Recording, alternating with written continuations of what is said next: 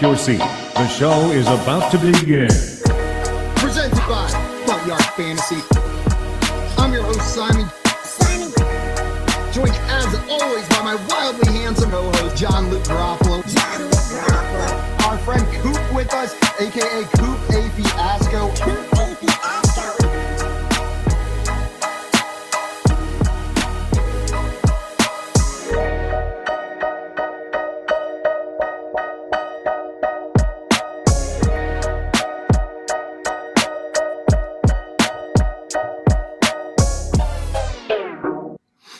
What's up, everyone? Welcome into the Front Yard Fantasy Morning Show here on Better Sports Network.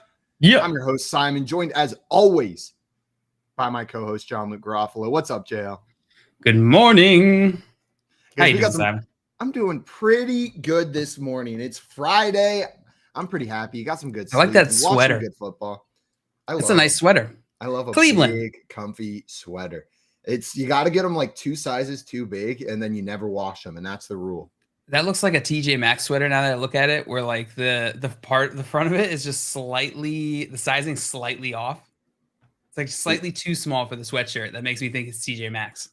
I have the dopest collection of sweatshirts because every year for Christmas, I got a lot of cousins on one side, right? And so every year for Christmas, for the last however many years I can't remember, my grandmother gets a sweatshirt, a themed sweatshirt for everyone in the family. So when we were little, they would be like Cleveland or like Browns or Cavaliers Cleveland. or something. Also Cleveland. But then as we started going to college, like each individually, I've got a sweatshirt of every college that all of my cousins attended. I've got all this. So it's living the good life. I got my pickings whenever it gets cold. Yet the furthest north I've ever lived is South Carolina. So I get to wear them all of like 1 month out of the year. Yeah. We got some people in the chat ready for today's show. Tommy chat. here with the oi, hey, oi. Good morning from ya boy. What up, Tommy? Ooh, I'm digging that one. My That is a boy, good one. Tommy. And Craig in here going, it's Friday. Gotta get down on Friday. Take it away, JL. Beautiful, absolutely beautiful. I heard that on some show yesterday or something yesterday. I was listening. It was on a commercial or something. I was like, man, this song slaps. I wrote a parody version of that song in high school for a project about the World's Fair. Recorded it with auto-tune and everything. It was pretty badass. It was pretty awesome. And now, guys, if you haven't looked into Rebecca Black recently, she's having a revival. Rebecca Black is back. She is a hyper pop princess now, and she is killing it. That's self-defined. That's not me defining her that way. Adam in the chat saying morning, gents. What's up, Adam? Welcome in. And we got Morning, Big Adam. Trev in the chat saying morning, boss. What's Morning, up, Trev. Big Trev? Boys. Good Glad to see have ya. you in Morning. here. John Luke, Hot pasta. What's up? you got your bagel? Oh, I didn't make it this morning. You got your peanut butter jelly? I didn't make it. You got a glass of orange juice? No, You I don't got even my have orange your juice in juice? the fridge. I Okay, got my frappuccino drink this morning. Then I got bad news for you, JL, because what we're about to get into is a segment called Bring Your what? Own Breakfast, and you did not bring your own breakfast. I didn't know there was going to be a quiz today. I will do better next week. I promise. Can I It's do all a good. makeup? We got the news, we got the stories, we got the makeup, but we Got don't have the meat. breakfast. We got the meats, and you can have them because we don't want them. No, we're good. we're good honestly over good. here. Most of the meats can just go straight to you guys. But we We do didn't got really the ask news. We got the news stories, and we got the topics we need to talk about. We hope you brought your own breakfast because we're about to get into it. John Luke, first thing we got to talk about. The Thunder Snow game has been moved. The Buffalo Thunder Bills Snow. Cleveland Browns game was supposed to take place in Buffalo, where they were expecting 3 to 6 feet of snow and thunderstorms.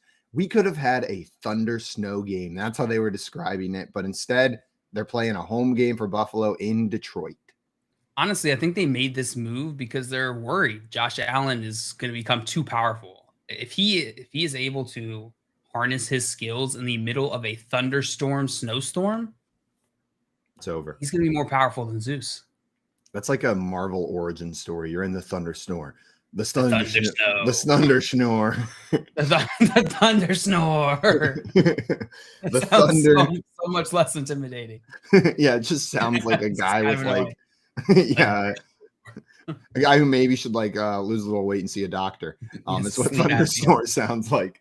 No, the thunder snow. I forget what I was going to say. Got distracted by thunderstorm. You take it away. That's all I have. We got Jail's Mine here saying, good morning, FYF. Good morning, Ma. Glad to have you in here. For the longest time, I thought that said Jill Sma. Jill Sma. Jill Sma. Jill Sma, welcome in. Good morning, Jill Sma. Is that Dutch? It is Dutch. Good ear, Simon. Yeah, it's the Dutch heritage. I always catch in on a Dutch name. No, but this is good news that they moved this game for fantasy managers. Bad news for watching Josh Allen ascend into superhero status. Good news if you had any of the receiving options from either team on your team in this game. Yeah. You're not concerned about this being a home game in Detroit, right? It doesn't affect negatively any of the players. Right. We talked about a few of the players being impacted by the snow, the weather this week. So a little earlier in the week, we were touching on that. Disregard all that because it doesn't matter anymore. We're going to have decent weather in Detroit. It'll be fine. Everything we said, throw it away. Throw it out. Starting new. Because they're playing in Detroit, known for its nice winter weather. Yes. Beautiful tropical Detroit. It's going to go from 3 feet of snow to just 2 inches of snow. That's what it's going to be instead. Just a little snow is what we're playing in. I was watching that game yesterday, and I'm just sitting there thinking, man, for a lot of people, it's just normal for you to go outside and there's just snow falling. They're just cool with it. They just walk us and you're like, yeah, this is how it is. That's true, Simon. If I walk outside and there's snow, true. I walk inside and I go, oh my God, it's snowing every time. Know what I mean? Not once in my life have I seen snow outside and not walked inside and said, oh my God, it's snowing. That makes sense. That was pretty much my experience with most people in the South when I was living down there. It's just baffled by snow every time. No matter how many times they saw it, it was just what is happening right now? I never said I was baffled, just excited. I know. It's just very common in the South. There are lots of people baffled by it. I remember when there was a big snowstorm in Atlanta, and by big snowstorm, I mean a whole 2 inches. My dad called me as he had been in park on the interstate for 5.5 hours trying to get home, a 30-minute drive home. It was hour 5.5. I remember being at Clemson, and he gave me a call, and he was like, yeah, I've been sitting with my car in park. I might not make it back, son. I just wanted to know I love you. Legitimately, Jail, if you go watch the footage from that snowstorm, people were abandoning their cars on the interstate because they were running out of gas from sitting in this traffic jam. There was one snowplow in the entire city of Atlanta for that. And they didn't quite make it. I think they got a couple more snowplows in Buffalo, but that game should be in Detroit. Don't let that affect any of your rankings this week. Craig said, seldom known fact, Josh Allen is a snow type Pokemon. Him and Thunder Snow would be like Obama Snow in it. It could destroy everyone. Yeah, he gets that snow going. He does. I feel like all the Buffalo players are snow type. No? They don't get buffeted by the hail, but the other, you know what? That makes a lot of sense. You put a snow or an ice type in the snow or in hail in Pokemon, it doesn't get buffeted by the hail, right? But the other Pokemon do. Yeah. So the other teams coming up, they get buffeted by that hail each and every turn, and Josh Allen's doesn't even bother me. We should spend absolutely too much time creating Pokemon mechanics for NFL players. Okay, let's do it. Let's spend the rest of the show doing it live. The next month. Let's do it live on the show for the next 3 months. Sorry, guys, this is no longer a football show. It is a Pokeball show. Pokemon and kind of football show.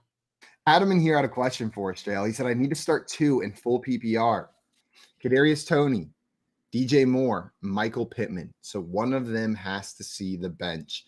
Kadarius Toney, DJ Moore, and Michael Pittman. Oh, boy. I'm going to lock in Michael Pittman. And then DJ Moore or Kadarius Toney. It's actually kind of interesting. I think I'd stick with DJ Moore, but it's pretty interesting, Kadarius Toney, especially if Juju does not play. Yeah, Is that enough to entice you, Simon? Well, it's not just that. The thing that makes, if PJ Walker was starting at quarterback, this would be a much easier decision. It would just be DJ Moore. But Baker Mayfield starting at quarterback, and that offense and that connection with DJ Moore has not been great when Baker Mayfield's been playing. I think I still go with the Deej, though. Kadarius Toney was only on the field for 45% of the plays the last game. This isn't necessarily an easy offense to learn. And like the way I view that is they want him involved. They're going to get him involved, but it's not going to be a full snap share, even still. We saw him play last week without Mecole Hardman or Juju Smith-Schuster, and he still wasn't on the field for the full share of snaps. So I'm going to go with DJ Moore and Michael Pittman. You got to be on the field to score fantasy points. Yeah, you do, but you also get a nice boost from Travis Kelce saying how he doesn't know how you got out of the building in New York. Did you see that? I did see that. Yeah, it's talking about Kadarius Toney. He said, I don't know how he got out of that building. So does that change your rankings at all this week, Simon? Your boy Travis Kelce throwing his weight behind Kadarius Toney this week? I must have missed the update where Travis Kelce's calling plays now and setting the lineup. Shoot, yeah, then move him up a couple spots. Sorry, that was a really rude way to say no. Super it doesn't rude. Change it. Yeah, entirely rude. But that's all right. That was so rude. And I'm sorry. Okay, you know, let's take it back. Let's take it back. Let's rewind a little bit. Ask me again. I don't remember what I asked. Simon, how you doing today? I'll do it. I'll do the whole scene for us. So Travis Kelce came and said, I don't know how we got out of that building. So you have a very manly voice, JL. Very, very manly. Does that change your opinion? Not really. It doesn't quite change my opinion. I think his talent can still be that high, and they find ways for him to get involved, and they can be impressed by him without him receiving a full snap share, John Luke. It's a very reasonable answer, Simon. You handsome man. Stop it. Stop it. So I hope that answers your question, Adam. Spooky season in here wanting to know, Scarlet or Violet? Great question. Great question. And the answer is Violet. Violet, baby. And that means my answer will be Scarlet. Scarlet. I get the option of whatever JL gets, so that not that we ever complete our Pokédex, but so that we can complete our Pokédex. It's just our move. We do it. We've done it every game for like the last 5 games, so it's just a thing now. We got Maria in the chat saying, morning, turkeys. What's up, Maria? Glad to have you in here. And Big Trev, when we were talking about that snow, he said, Skull, we don't care here in Minnesota. They could care less if it's snowing out there. And Craig said, I walked the dog while wearing shorts in the snow this morning. Did you rub it on your legs? Oh, you dirty, dirty boy, Craig. And Big Trev saying it's been snowing for 6 days straight here. 6 days? Dear Lord. What about the nights? Nice. Adam in here says kicker question. Y'all like Jacoby Myers or Ryan Suckup rest of the season based off the fact that Tampa Bay has a dome to play in these colder, bad weather months? I'm leaning Suckup. Jacoby Myers is kicking field goals now? Oh, not Jacoby Myers. What's Myers' last name? Is it Jason Myers? Jason Myers. That's it. Sorry, I am not up to date on my kickers. Guys, I'm going to be honest. Kickers have been eliminated in most of my leagues. In the leagues where they're not, I just start the same one every week unless there's a guy on bye. And then I plug in someone else off the waiver wire. Wow. Deep strategy. Deep strategy. I have tried predicting kickers in the past, and it's been a losing game for me. So I've stopped. So you've just given up. You're like, you know what? No, I just take the ups and the downs with one kicker. Know what I mean? Instead of trying to roll the dice every week. Because if you pick a new one every week, you can pick the worst one every week. Know what I mean? Like the same guy is not likely to be the worst one every single week unless you're really bad at drafting a kicker. But if you just change it up every week, that's what I found is I kept on getting the bad games. That makes sense. You got an opinion, JL? Jason Myers or Ryan Suckup? I was just thinking that the question was rest of season. So which of these two guys? Typically with kickers, the way I'm going to look at rest of season is which of their offenses is going to score the most points. Typically, that is one of the biggest indicators of kicker performance is just what offense they're on. Ryan Suckup, Jason. I think I'd go Jason Myers. Then I am also on team Jason Myers, JL. Yeehaw. I trust you. Joey in here saying that quote was taken out of context. The building in New York had no doorknobs. Right. That clears it up. That clears it up for us, Joey.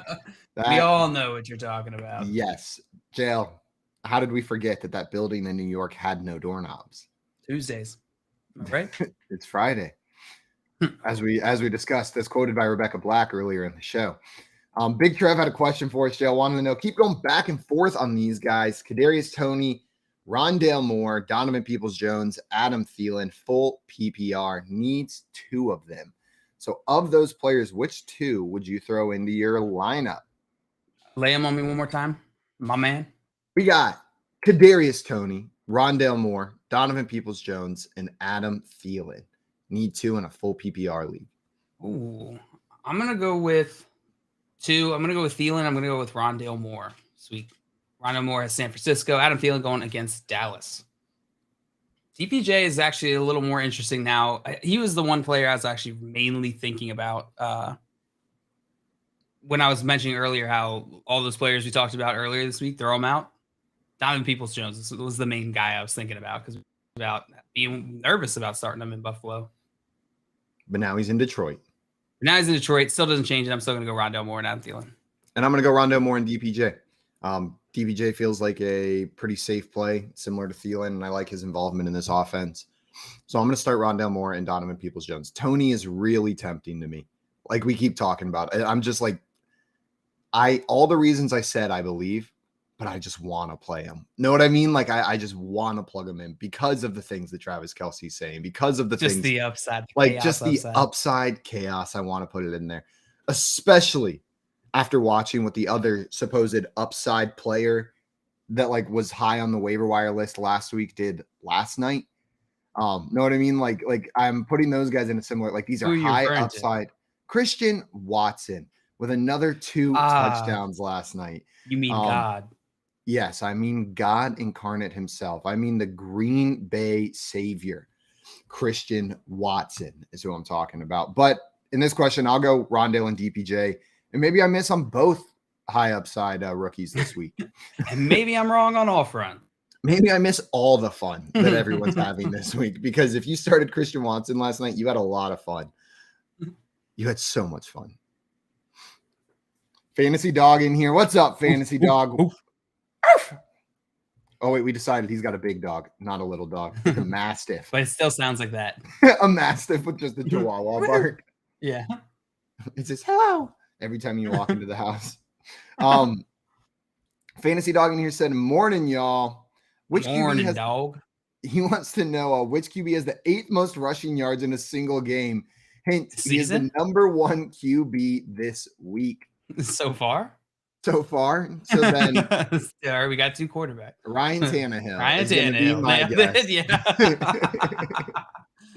We're so good at this game. Fantasy Dog also said, Toney scares me, but I'm starting him in about 5 leagues. Hey, you know what? There's much worse starts, and it's exciting to start Kadarius Toney. So you're going to have fun watching him unless he sucks, and then you're not going to have fun. But It's fun to put him in there. Tommy in the chat saying, be right back. Have to take a full PPR. Mm-hmm. Enjoy that process, buddy. As you do every morning. As we do every morning here on the FYF Morning Show. Poop talk. That was pee talk, I think. Oh, a full PPR is pee. That makes sense. At least in my mind, it's full pee. JL, did you see Derrick Henry's passing touchdown last night? Yes, I did. God, Big what a beautifully designed play, wasn't it? Like you're watching it, like of course they send everyone to stop Derrick Henry whenever he's going to because he's going to make it in the end zone, right? Like without a doubt, Derrick Henry's going to burst through there and score the touchdown. Of course, they send everyone, and who doesn't love a good jump pass?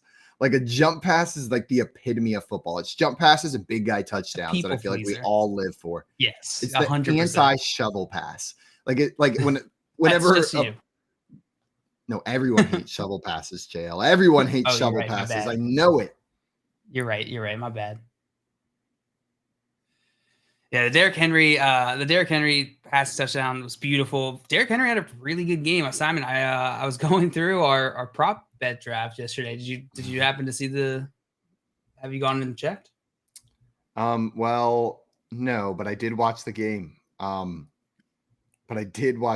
know Allen Lazard didn't score a touchdown.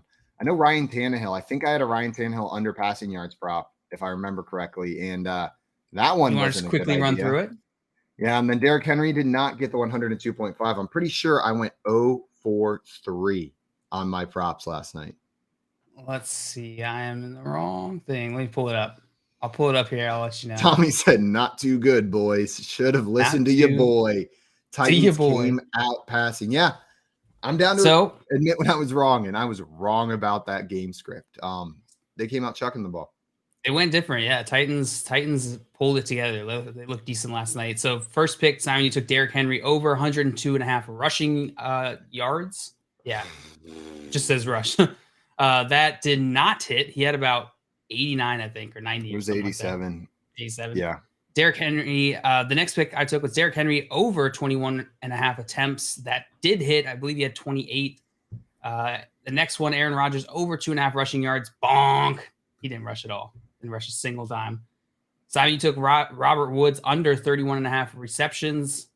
Or receiving yards. And that did not hit. Aaron Rodgers, 69. He's Robert Woods. Aaron Rodgers under 243.5 passing yards. Simon, that hit. That absolutely hit. Yes. It was the under. And then I took Tannehill under 16.5 completions, which did not hit. That did not hit. So do we each get one? Though you remember we had 4 rounds yesterday. Oh. It was one extra round. And so in the final round, I took the over on the 41 total, which did hit. That did hit. Man. And you took Allen Lazard anytime touchdown scorer, which did not hit, Simon. So I will win this one again. I was going to say this week, but I guess we do 2 a week. You just keep winning. JL, I don't know. Terrified. I don't know if people are keeping track at home, but JL has won every single time. Every single time. Not just like not last when we're doing the 3 people. JL has come in first place every single time. He's yet to lose this game or come in second in this game. It's gonna happen. It's gonna happen. I've only won by like a single one every time. I mean, that's the margins in this game, right? Like there's only 3 or 4 opportunities. It's like a soccer game. The scores are going to be low. I have no idea how we're going to pay this one out whenever we do. We'll have to figure that out. Maybe you just tell me a character or a voice to do, and I just do the next segment in it or answer a question. Next question that comes in, I have to answer in that impression. That's probably what we should do in that one. That's pretty good. It was pretty gross for me last night. Didn't go how I thought it was going to, but that's okay. It's a good game. I'm sure we'll get into that a little later here. Absolutely. Simon, I saw a stat yesterday. Justin Jefferson on pace for NFL's first 2,000-yard receiving season. That's kind of crazy. I don't know why. Whenever I read this, I was like, really? First time? Like, no one's ever gotten more than that? But it makes sense. I mean, Cooper Kupp had that historic season last year, 1,800 receiving yards about. You think he can do it? You think he'll finish out the season, get that 2,000 receiving yard mark, Sam? I don't know. I think it comes down to what position these Vikings are in as they approach the end of the season. Know what I mean? Do they have a bye locked up? Do they? Are they? I think they're going to have a bye locked up. Well, there's only one bye, so like I wouldn't say that necessarily. Right. Know what I mean? Like they drop a couple games, only one team gets a bye. Right. Or the other option is they're in the playoffs and their spot is secure and they can't get the bye. Like if they lose a couple more games. If that's the case, then Justin Jefferson probably isn't playing 17 games in the regular season, and he probably doesn't hit it. And they're in a position to do that, right? They're in a position to be there. So if he plays all the games, this dude absolutely can hit it. He's a monster. And this Vikings offense just whenever you're watching that game, every time he touches the ball, your thought is, why don't they do that every time? Like every play, why isn't the ball in his hands? Just get it to Justin Jefferson because he's magical on the field. Is he your dynasty wide receiver 1? Yeah, he is. It was going back and forth between him and Jamar Chase all off season. Simon, we were talking about it. I still think it's neck and neck between those guys. I think they're in the same tier.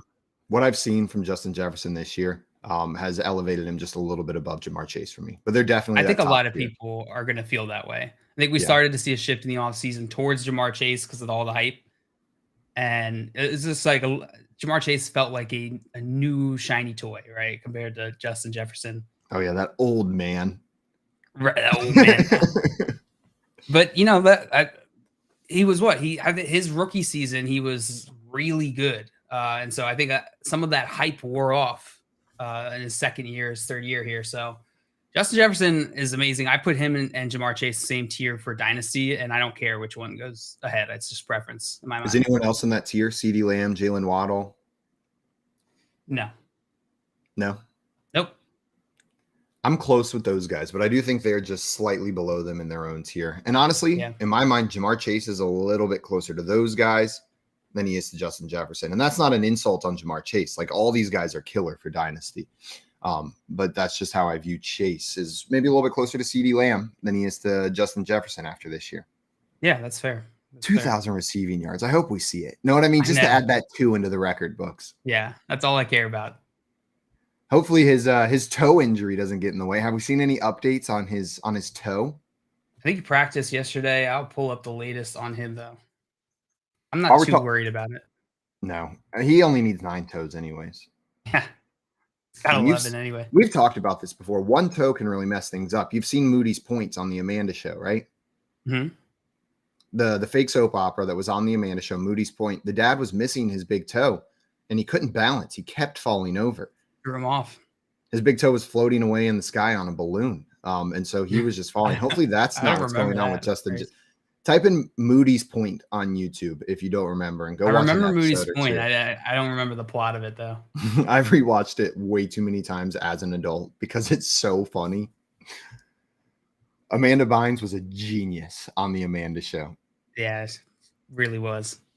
Did you find an update on J. Jeff's toe? I did not. You started talking to me, and I just started listening to you and stopped. That's okay. Because I have an update on Kyler Murray while we're waiting for that. We saw a report on Wednesday that Murray was trending towards not playing this week, but he was back on the practice field yesterday as a limited participant. He does have a hamstring injury, which can hang around for a little while. So I'm just going to be keeping an eye on that practice report today. There's a chance he plays this weekend, but I want to see a full practice from Kyler Murray today before I have any confidence starting him. But good news that he was back on the field yesterday. Yeah, very good news. I was watching a bit of the Hard Knocks episode yesterday. I did not finish it last night, but they have this whole little part about Colt McCoy, which I just thought was really funny, where he's over prepared and he just goes around talking to all the other players, giving them advice on what they should be doing. But he's respected. Colt McCoy he's got the respect in that locker room, which is pretty cool to see. That's dope. And it's dope. I love guys who take on that leadership role. Know what I mean? He's put his ego to the side. That's a humble dude willing to take that role on and not be the starter, right? You know what? I got this knowledge. There's things I can share. I don't need to be the starter to share it. Let's do it. That's humility and confidence, which is difficult to have at the same time. You don't often meet someone who's very humble and very confident. Or I guess I don't know Colt. He could just be really arrogant. Know what I mean? With that name, he should be. He should be arrogant. There's no way Colt McCoy should be a humble guy. Yeah, if you grow up with people calling you Colt McCoy every day of your life, you're going to get a big head. Yeah. If my name was Colt, I'd be a problem. Right. I would have been just an absolute, I was already a problem named Simon. Pretty good name. But if you throw Colt on there, man. And then McCoy to go with it. That sounds like a character from a TV show, doesn't it? Really does. Colt McCoy. Colt McCoy. He should be the starting quarterback for Jeff Saturday. Jeff Saturday and Colt McCoy. Then we got a full movie cast right there. Watch out. He's going to trade for Colt McCoy for the star quarterback next year. That'd be such a weird move. We don't have a ton of reliable information on Justin Jefferson's injury at this point. Yesterday he did not log a full practice, but you just got to see. You got to wait and see. You got to see what other news comes out. This was a surprise injury. He was a surprise to show up on the injury report this week. I think he'll be fine. I'm not too worried about it based off what we've seen so far. Yeah, I'm not too worried about it either, but keep an eye on it. Another quarterback that we have an update on is Los Angeles Rams quarterback Matthew Stafford, who was in the concussion protocol. He was a full participant in practice yesterday on Wednesday and has been cleared for the Rams game this weekend against the New Orleans Saints. So Matthew Stafford will be playing this weekend. John Luke, does this affect any of those receiving options for you? Yeah, it's positive news for all the receiving options there on the Los Angeles Rams team. We'll see. Matthew Stafford has been pretty disappointing so far this season. Yeah, that whole Rams offense has been. Yeah, it updates them from completely unstartable to gosh, I hope you don't have to start them. all of the Rams wide receivers. Right. And Simon, you've like gotten in my head about this whole Little Caesars commercials with Matthew Stafford, and how every time it pops up, I'm just like pizza. It came up yesterday during the game. I'm like pizza. That woman might honestly be my favorite actress. Like that line alone You puts get her on in the conversation. Like I want to meet her. Like hit the like button for that lady. she nailed it with the pizza. It's so condescending. Pizza. Like, you know, that was like the best day of her life, to look Matthew Stafford in the eyes and go pizza. Mock the hell out of him. She loved every take. Just took it full hilt every You're time. like, okay, that's a wrap. She's like, actually, one more time. Like, take it from the top. She calls him in the middle of the night. Pizza. He trips on his way out of the studio. She's like, walk much? You know, that might be what's affecting him this year. Every time he drops back she's in his head. He just sees her in his head going, pizza. And that's why he's playing like garbage this year. Psychological warfare. It was all a plan. The Bears orchestrated that commercial. I love that. Fantasy Dog in here said it's not Stafford's fault. This team has problems. The O-line is a disaster this year. Stafford has been playing poorly, but they reaped a little bit whenever they were trading away all the draft picks, trading away the future, going all in for a Super Bowl, and now they're sowing. It's always way more fun to reap than it is to sow, isn't it, JL? Listen, every adult male goes through this process where you suddenly realize that credit card money that you spend on your credit card is real and that you have to pay it.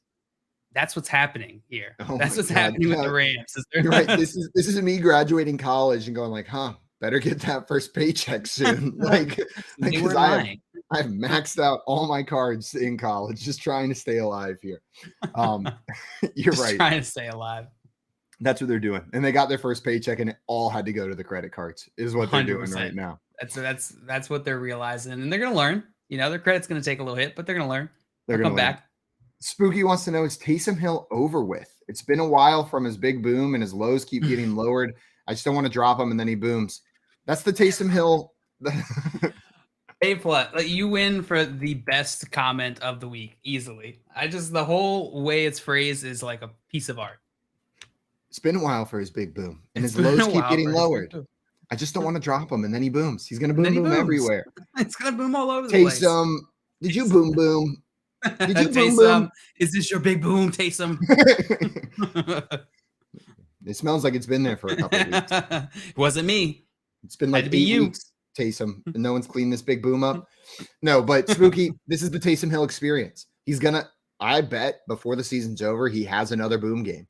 Like, I bet he has one more. That being said, big boom. Can't predict it. Like, this has always been the problem with Taysom Hill. He doesn't play enough snaps for it to be any level of predictable. They get him in there for designed plays for him. And most of the time you look at his stat line, it's going to be like 1 pass for 8 yards, 2 rushes for 17 yards. Like, that's going to be his stat line most weeks. But occasionally you'll get a 2 touchdown game from him and you're happy. Feel free to drop him. Let other people play that guessing game. Because 99% of the time it's going to work out in your favor, not in theirs. It feels like Taysom Hill's entire season was just a troll on you. Just a troll play on messing with you, Simon, because he was like good enough. He did it just long enough to make us talk about it and be like, we were wrong, but not long enough for us to keep talking about it. And so now he just sucks. And we were right the whole time back then. For like 4 weeks, it was just like, well, guess we're wrong at Taysom again. Got to stick to my guns on Taysom Hill. Never again. Never again. This is what he does. He does it every time. Yeah. It's stinky, man. Just kidding, Taysom. I'm sure you smell great. Just probably not after a football game. Will in here had a question for it. Said, I started Henry and Watson. Needless to say, I had a great night watching the game last night. So not a question, but my dude, I bet you killed it last night. Watson had like over 20 fantasy points last night. And I'm sure Henry was up there as well. The best part about this job is just being immediately wrong, like having a take and then just immediately getting the feedback that you are fully incorrect. And that happened last night. It is cool, though. Honestly, it's better than the offseason because in the offseason, you give a take and then people fight you about it for months. There's no resolution. There's no resolution. But with this, like I said, I'm not sure I believe in Christian Watson. Whoop. Okay. 80% of the snaps, 6 targets, 2 touchdowns. I was wrong. Yeah, I tweeted that like in the afternoon sometime. I was like, I'd rather start Alan Lazard over Christian Watson tonight if I had to choose. While Watson had a fantastic game last week, Lazard's usage still indicates he's wide receiver 1 on the team for now, which I guess I'm sort of right. With the hedge. With the hedge at the end, you're right. Yeah. I truly believe that Christian Watson was going to get a bigger role, but man, it was just like immediate. That was not the right play to make Alan Lazard the move last night. After he caught the second one side, it's just like, come on. I'm sitting out there walking Rosie in the park before bed, let her use the bathroom and stuff. And I'm like, my neighbors are out, like going to the bars and stuff. And I'm just sitting there in the park, like screaming because Christian Watson scored another touchdown. I was like, come on, what's happening right now? I've got my headphones in, watching it on my laptop in bed while my girlfriend's watching Bachelor in Paradise. And I just screamed the second touchdown score. And I went, damn it, not again. And my girlfriend goes, what happened? And I was like, Christian Watson scored a touchdown. She goes, and you didn't want him to? Like, so condescending. And you didn't want him to, buddy? And I was like, no, I didn't want him to. I told a lot of people that he wouldn't. And now he did. He did. They did it twice, Leanne. She was like, oh, I'm sorry. God. I'm so sorry. Speaking of Christian Watson, Ari Mayoff tweeted out last night saying Packers wide receiver Christian Watson now leads all rookie wide receivers in touchdowns. He had 0 6 days ago. He had 0 touchdowns 6 days ago. Now he leads all rookie wide receivers in touchdowns. With 5 freaking touchdowns. Absolutely absurd. So dumb. Completely dumb. Also, we got Craig in here saying jail walking Rosie in the park sounds like a really dirty euphemism. Does it? Does it? I'm just walking Rosie in the park. That honestly sounds a little bit more like you're using the restroom to me, like walking some roses. Walking some roses. It kind of sounds like I'm walking my dog. What up, Coop? Coop. What up, gang? Park, dude. Got a little park right here. Yeah, a little walk in the park. You hear me all right? Is that, yeah. Yeah, you're a little frozen, but you're good. Is that where are you at? Are you in London? Oh yeah. There's a park on that side, but on this side there's a there's a big Buckingham Palace. Ooh, those cards are on the wrong side of the room. Tell them, Coop. Tell them quick. Dude, I've been yelling at them all day, bro, that they're on the wrong side of the road out here, dude. And they call things by the wrong name. Like I walked down the street, they called it the mall. I didn't see a single Claire's or anything there. There wasn't even Orange Julius. Not a mall if it doesn't have Claire's. There was at least an Onions, right? Pretzel shop. Onions. Oh, there was. Yeah, there was. Okay. And they say that that people try and take advantage of tourists out here, but they've been nothing but nice to me. I had a guy, he sold me tickets to the Piccadilly Circus. Really? Wow. Piccadilly Circus. How kind of him. Yeah. I bet you're so excited to go. Yeah, we're gonna head over there soon. Hopefully we can get in. Tommy wants you to go ask one of the guards at the Buckingham Palace who we should start at tight end this week. You want me to ask him, dude? I actually did ask him before, and I know they're not supposed to talk, but he said boom boom Taysom Hill. Boom boom Taysom. He knows. That guy knows what's up. Yeah. He was immediately dragged away by other guards. They were like, "You can't speak," and you definitely aren't supposed to talk about Taysom Hill. Boom. Don't talk about his big boom. No, they were big. It wasn't because he's not supposed to talk, but they were big Pat Fryermuth guys. So big Fryermuth guys. I had no idea the Buckingham Palace guards would be Fryermuth guys. Huge. Justin's got a question for you, Coop. He said, did Coop use one of those urinals that are just on street corners? What's that? Dude, a urinal that's on a street corner. I have not seen any of those, though I feel like in certain areas of Prague, that's kind of how they roll, except not with urinals, just everything's here. I think it's one of those things where it shows up once you start. So maybe just try, It's like a platform 9 3/4 type deal. Exactly. Nice tweet earlier, by the way. Love that. Yeah, you know that, dude. Yeah, I've been looking for. What's that? I've been looking for Harry Potter, dude. I've been looking for Banksy, dude. Impossible to find those guys out here, man. I didn't realize there'd be so many other tourists. As if there are other tourists too. Yeah, I've been walking around. I'm like, do you know Harry Potter?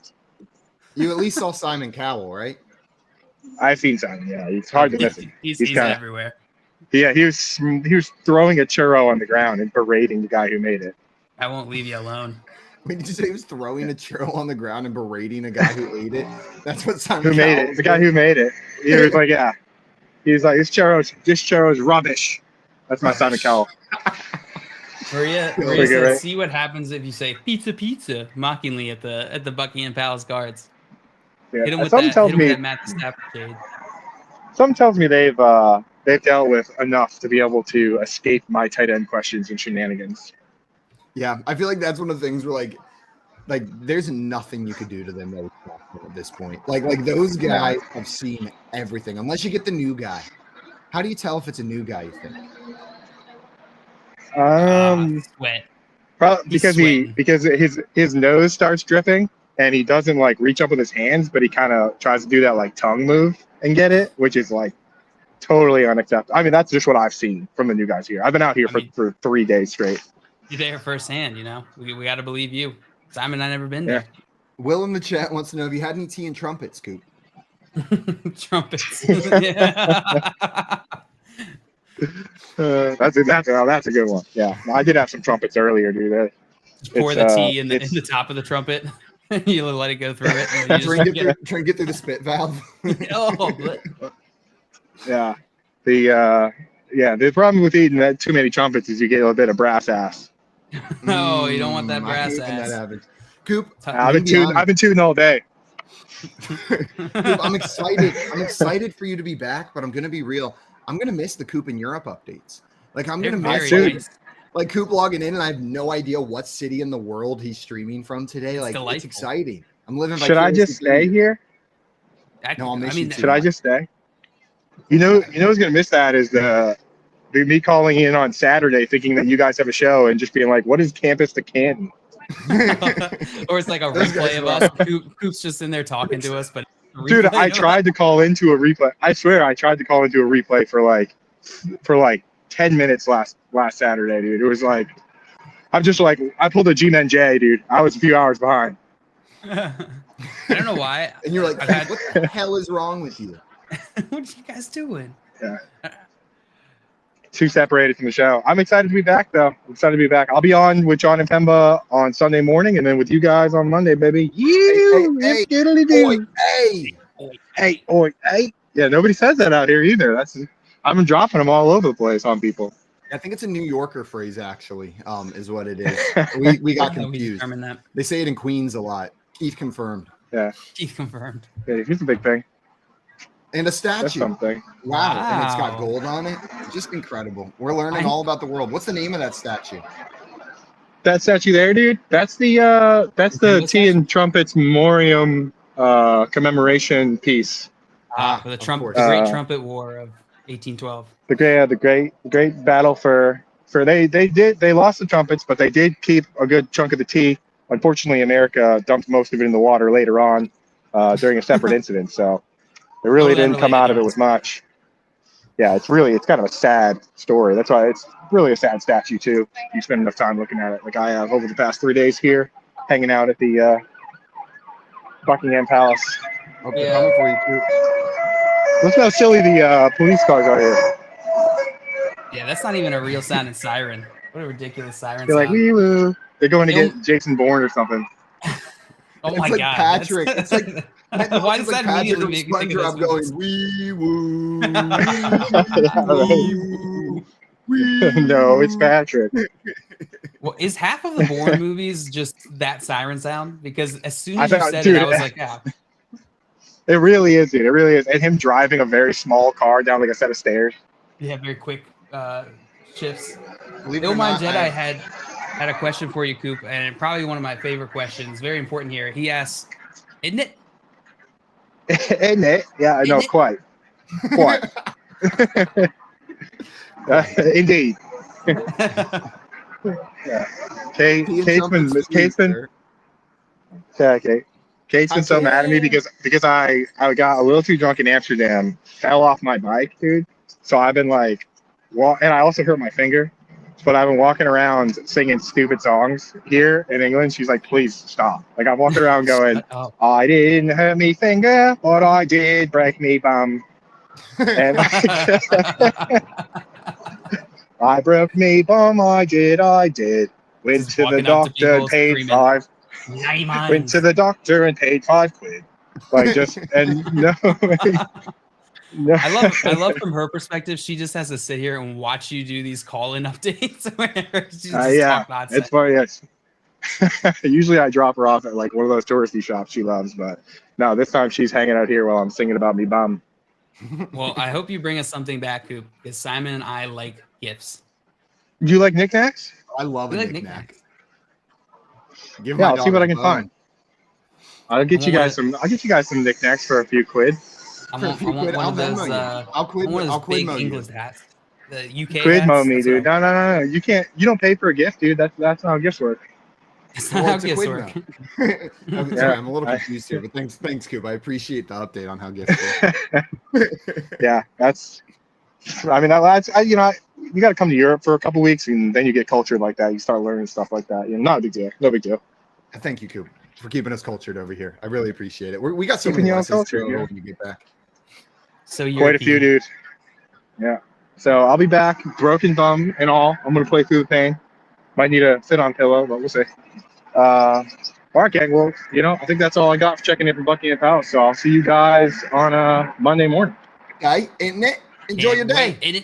Wait, hogs up. In it. Hey, hogs up. Later, boys. Rubbish. See you, Coop.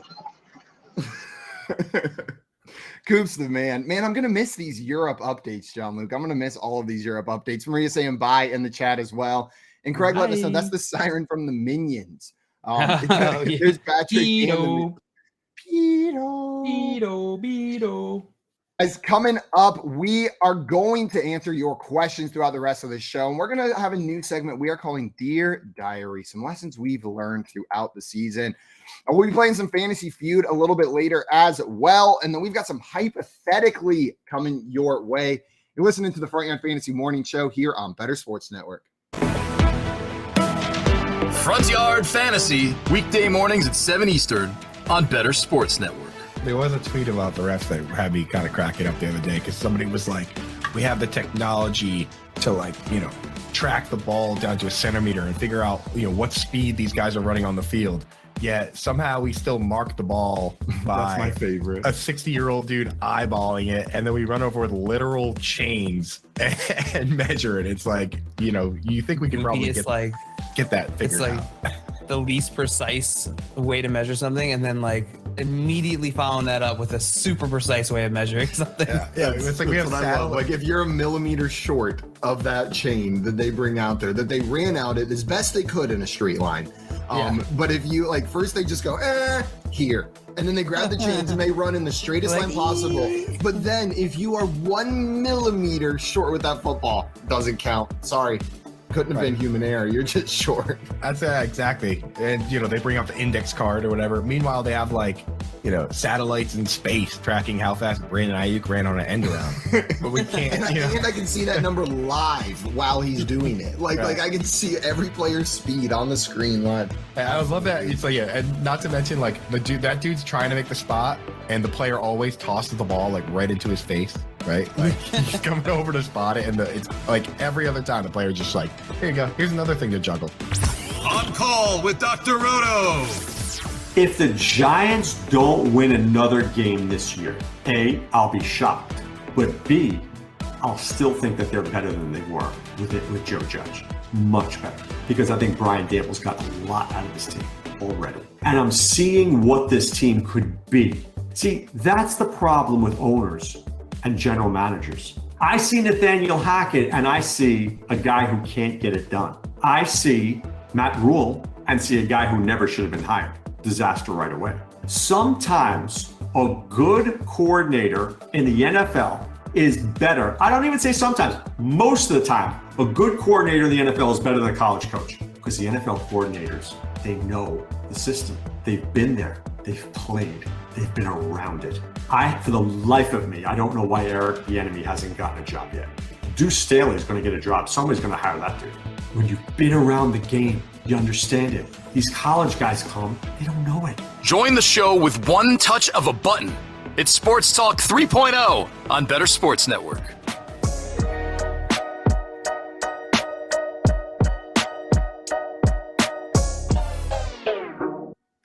What's up, everyone? Welcome back to the Front Yard Fantasy Morning Show here on Better Sports Network. It is Friday, November 18th of the year 2022. Anno Domini, in case you thought this was before Common Era. I'm sorry, what? AD? AD. Anno Domini. In case we had any people out there wondering, is it AD or is it BCE? Isn't there Maybe BC? Or no, it's CE. It's CE and BCE now, right? Oh, Didn't you they were change throwing it? way too many letters at me. This morning. LMNOP, QRSTV. I can't handle all this. I was barely with you when you started. Speak in rhythm, each letter gets a turn. We're just singing alphabet songs here. That was a solo layout. So this could just be Simon. No. That was from a Chick-fil-A like a kids meal tape. That like kids meals at Chick-fil-A used to give out cassette tapes with like songs on them. And we would jam in the minivan to this Spanish cassette tape that had like the jazziest alphabet song in Spanish in there. Like it still just lives in my head to this day. Like I was singing the Spanish alphabet since I was like 6 years old because that song was so freaking catchy. It really was. All of those Spanish class songs, they got in your head. They got in your head really bad. Guys, if you have any questions for us, just a reminder, throw them in the chat or hit that call-in button on the BSN app. We would love to hear from you, love to answer your questions. John Luke, I wanted to thank you personally for something. What's that? I am sad that you are no longer competing against me in the Guillotine League. I wanted to face off against you in the finals. That was what I wanted. That was my dream, was that you and I face off in the finals against each other. Well, it's not thanks for appointment. But what you did do, JL, is because you got eliminated, Christian McCaffrey went onto the waiver wire. And I didn't think I was going to get him because I didn't have the most fab left after my spending spree last week. But I did indeed add Christian McCaffrey to my team. And now it's a 2-flex league. So listen to the running backs I get to start every single week. Christian McCaffrey, Saquon Barkley, Josh Jacobs, and Joe Mixon.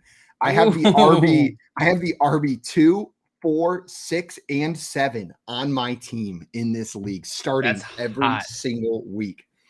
Add on top of that, the number 1 quarterback, Josh Allen, and the number 2 wide receiver, Stephon Diggs, with the stack right there. I am feeling hot about my team. Your team looks solid. It looks like a strong contender, Simon. It's a good team. I'm bummed. I didn't expect to be as bummed to drop a league. If this was any other league, I'd probably be like, all right, cool. Thank God. I'm so busy. It's fun, right? Like the Guillotine Leagues are fun. It's fun. Shout out Paul Charchian. I'm all hyped on Guillotine Leagues this year, and I'm going to join next year and get eliminated week 1. And it's going to be the worst. It's just You're not going to to be fun. Like it's only fun because I'm still alive. Like if I would have been eliminated in week 3, I would have been like, screw these leagues. We did have some questions here in the chat, Simon, while Coop was on that we should hit.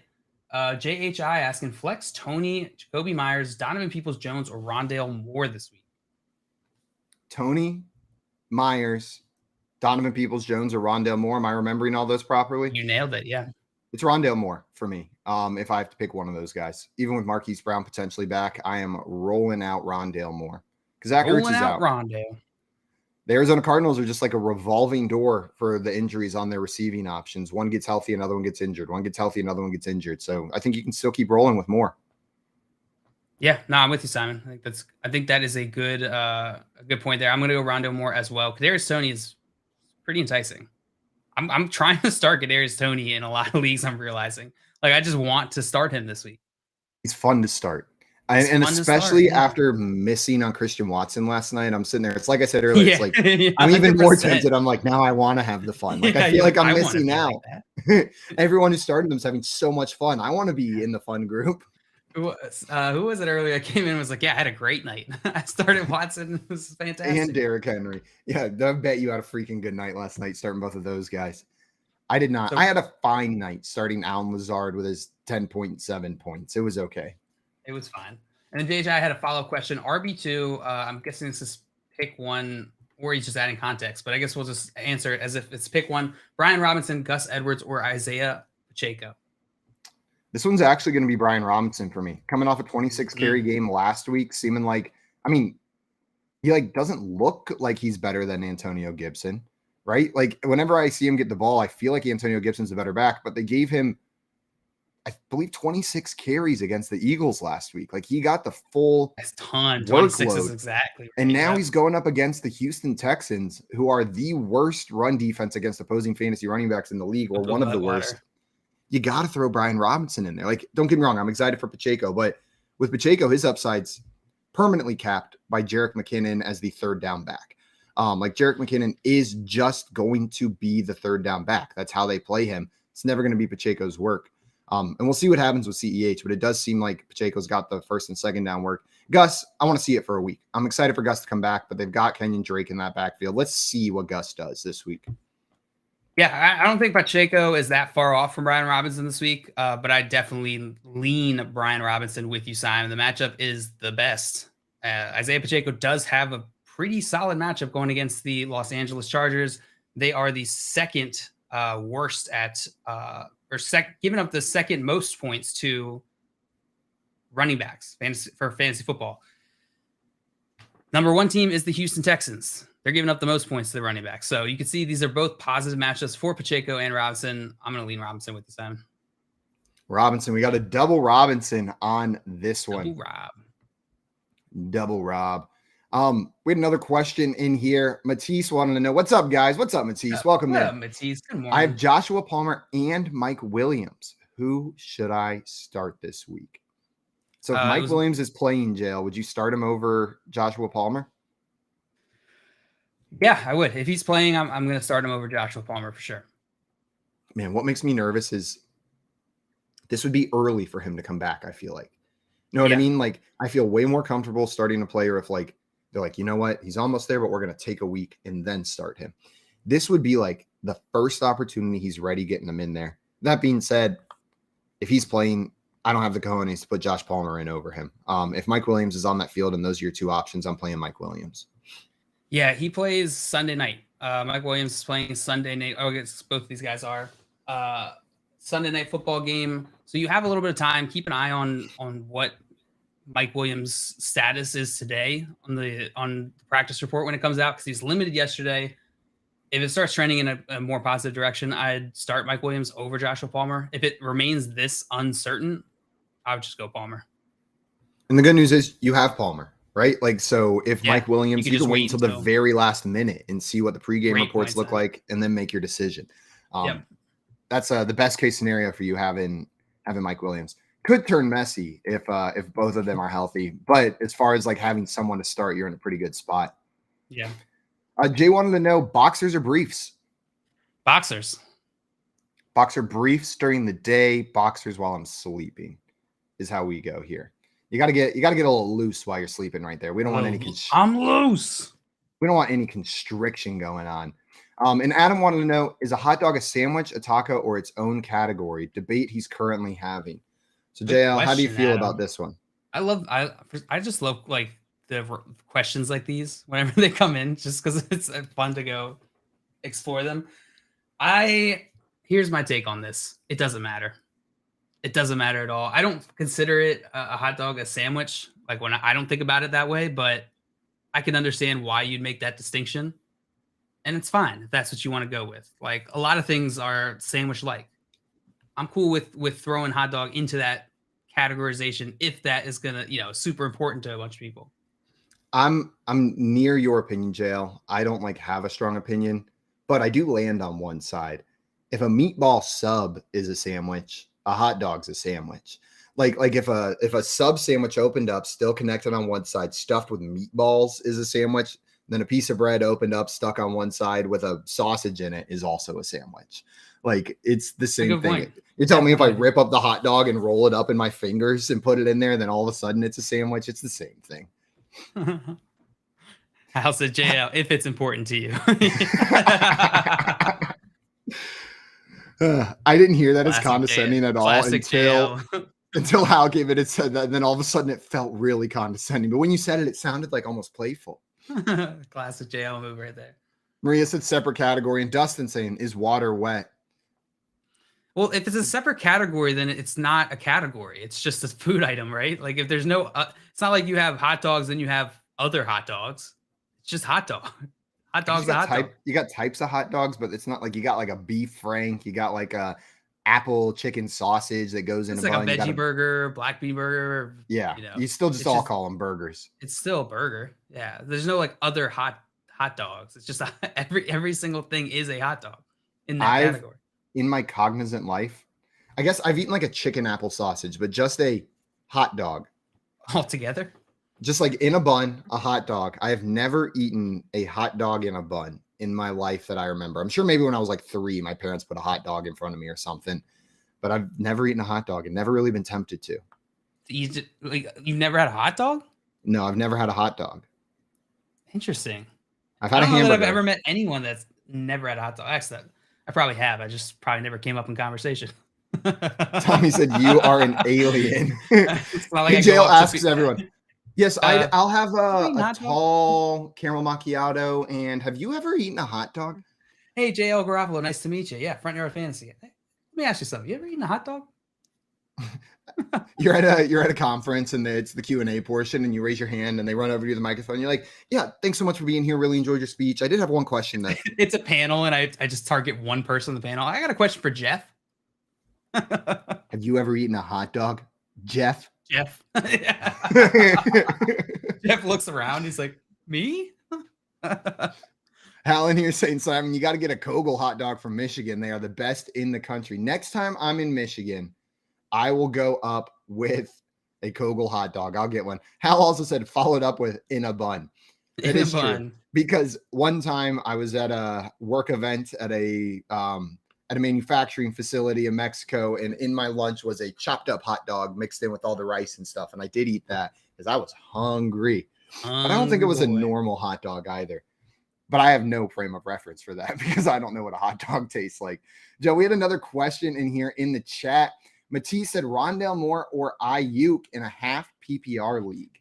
So you're going with Rondale Moore, Brandon Ayuk. We've answered a lot of Moore already, but I feel like Brandon Ayuk's maybe a tier above like the DPJs and the Kadarius Tonys that we've been answering Rondale Moore over.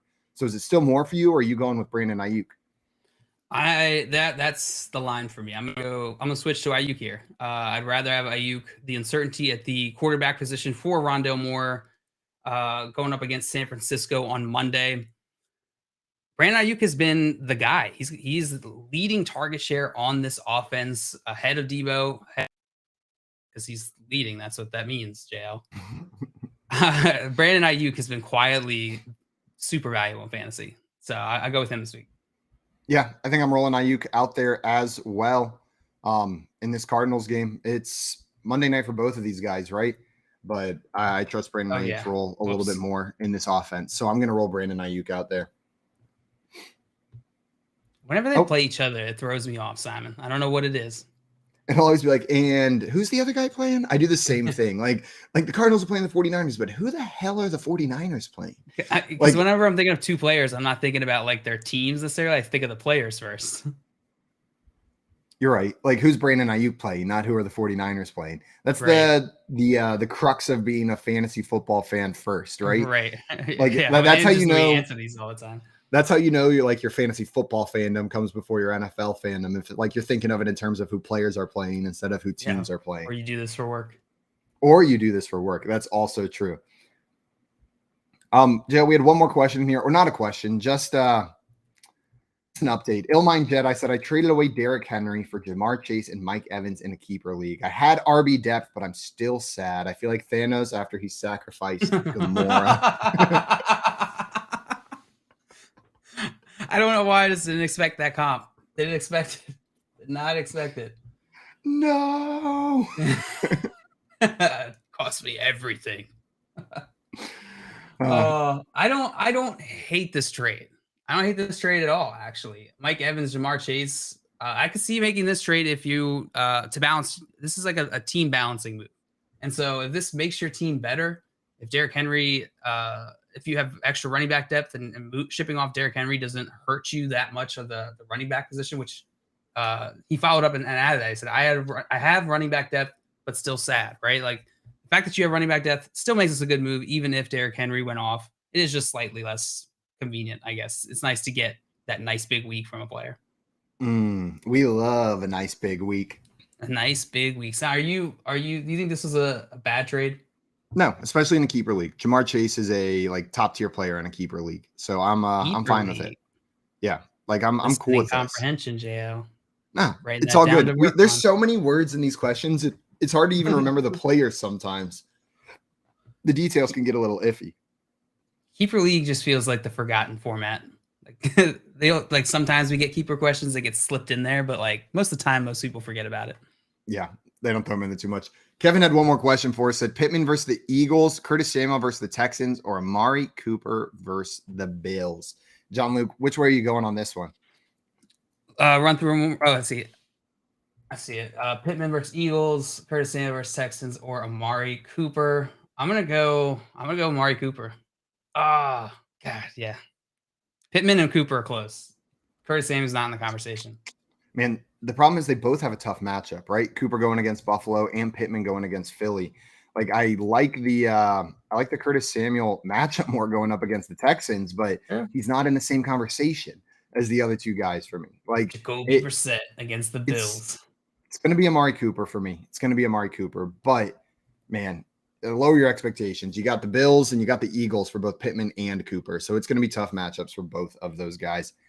Guys, coming up, we've got our friend Joey joining the show for the rest of the day, and we're going to talk through a new segment we're calling Dear Diary. We're going to play some Fantasy Feud a little bit later as well, and then we've got some Hypothetically coming your way, and at the end of this stream, we've got a modes of transportation draft, so make sure you're hanging around for that. Start thinking about your favorite modes of transportation. Tim joining us for that one. Guys, you're listening to the Front Yard Fantasy Morning Show here on Better Sports Network. Green Screens Media back at it again with your BSN timeout. And today we're putting some teams on upset alert. With me, as always, the captain of our ship at Green Screens Media, Mr. Mike Holland. Mike, coming in off a 2 out of 3 effort in our week 1 upset alert. Let's turn the page to the week 2 schedule and let's find some more upsets. Yeah, let's do it. Let's start with the Charleston Classic Thursday afternoon, pitting the Furman Paladins against the Penn State Nittany Lions. Paladins are one of the top mid-majors in the country out of the Southern Conference. They have 2 bona fide college stars in guard Mike Bothwell and forward Jalen Slauson. But I think the thing that makes them dangerous is Wake Forest transfer guard Carter Witt. He provides them another playmaker and could be a handful for the Nittany Lions. Penn State's look good this year, and they have a backcourt led by Jalen Pickett. However, they sport a very small team. 6'7" Caleb Dorsey anchors the middle in their starting lineup. Look for the Paladins to try and speed up the game and make enough plays to pull the upset. I can definitely get behind that, especially with how Jalen Slauson's been playing so far. I'm going to stick with Thursday here, but I'm going to go to Nebraska. They're heading to St. John's to face off against the Red Storm, and it is an entirely new-look squad for these Cornhuskers. It all starts with versatile fifth-year wing Sam Griesel. He's coming in from North Dakota State, and he's really shined early in Fred Hoiberg's system. He's joined by a few more transfers. Emmanuel Bandamel coming in from SMU, Jawan Gary coming in from Alabama, and this squad really feels like they're in a good early season rhythm. On the other side for the Red Storm, another year of Posh Alexander. He continues to play at an all Big East level, and he's joined by DePaul transfer David Jones. It feels like they really nailed that transfer, but unfortunately for the Red Storm, head coach Mike Anderson kind of has a history of underperforming with some very talented rosters. I think that may be the case on Thursday, and I like the Cornhuskers to steal one. Hey, I don't mind that call at all, but let's slide over to Friday and look at the Basketball Hall of Fame showcase, which pits the Temple Owls against the Rutgers Scarlet Knights. The Owls and coach Aaron McKee shocked a ranked Villanova squad at home this weekend and have plenty of weapons to make noise this year. They return a dangerous backcourt duo of Damian Dunn and Khalif Battle. I think a key factor for the Owls is going to be the play of Zach Hicks, who anchors a smaller front court. He's going to have to knock down some shots against a very tough defensive Rutgers squad, but we haven't seen Caleb McConnell yet, who is one of the best perimeter defenders for the Scarlet Knights. Big man Cliff Amoria is going to have to dominate the paint again, and Cam Spencer is going to continue to need to get buckets if this Rutgers squad wants to avoid the upset. Love the Temple Owls going with the back-to-back upsets. That will do it for your BSN timeout. Make sure you stay locked here on the Better Sports Network, and make sure you check out Green Screens Media on Twitter, TikTok, and YouTube so you don't miss a minute of our college basketball coverage.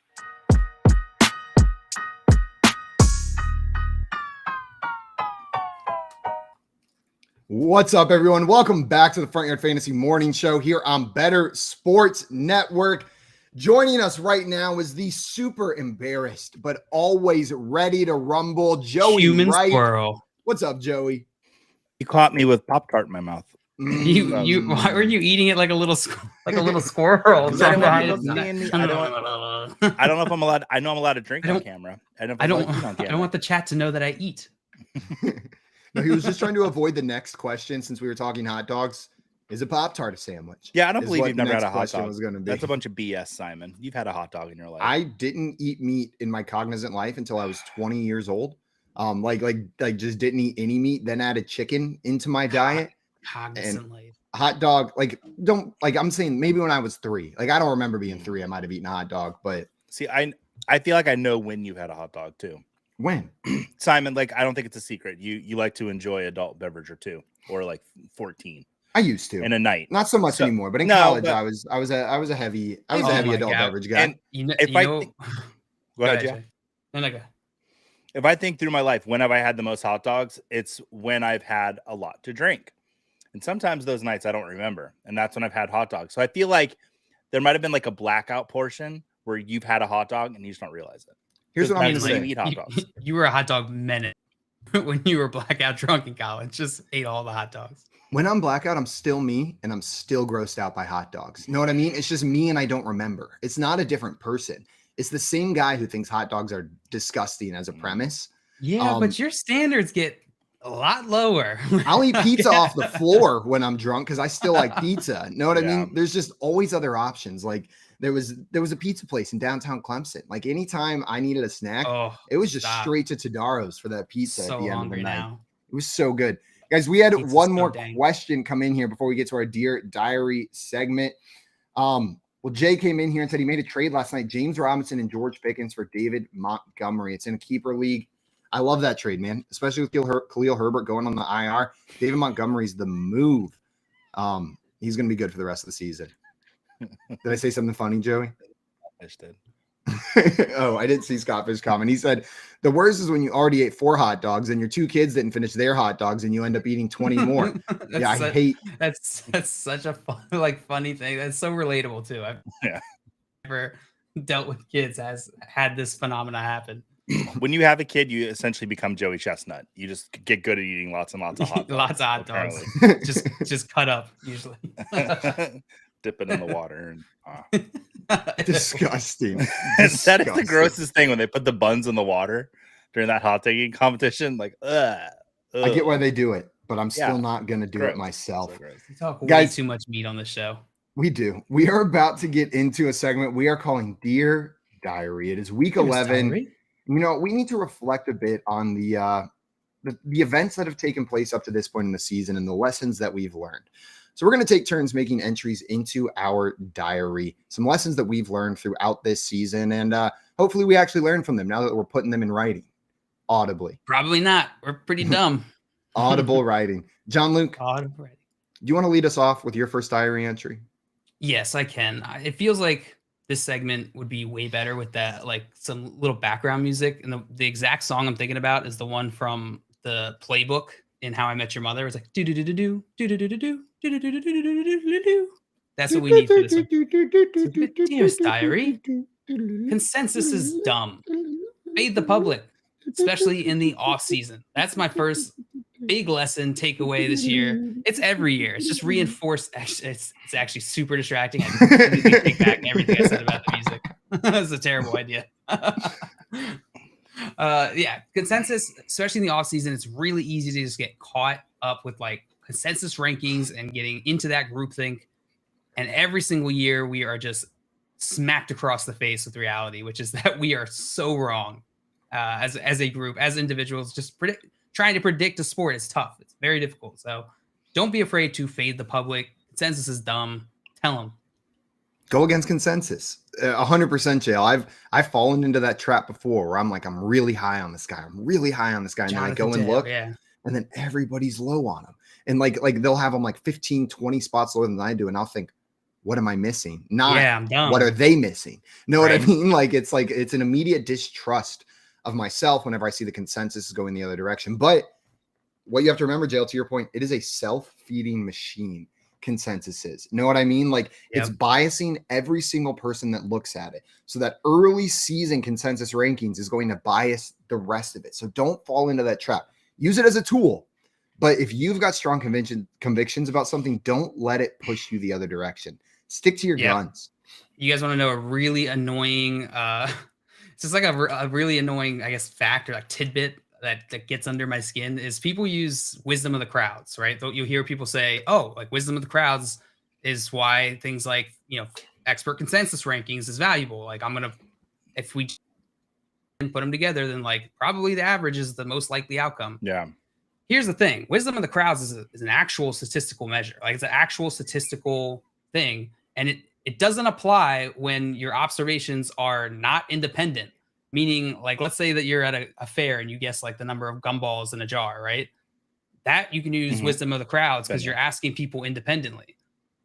Doesn't work in fantasy because we're all listening to each other, so it's not independent. They're dependent, which completely screws up wisdom of the crowds as a premise, like as a statistical premise. So if you ever hear anyone say wisdom of the crowds is like a good way to operate, it's really dumb. It doesn't apply here. Dumb. I agree with you, JL. Every time you said wisdom of the crowds, I kept thinking of like a nerdy card game Simon would try to get me to play in Canton.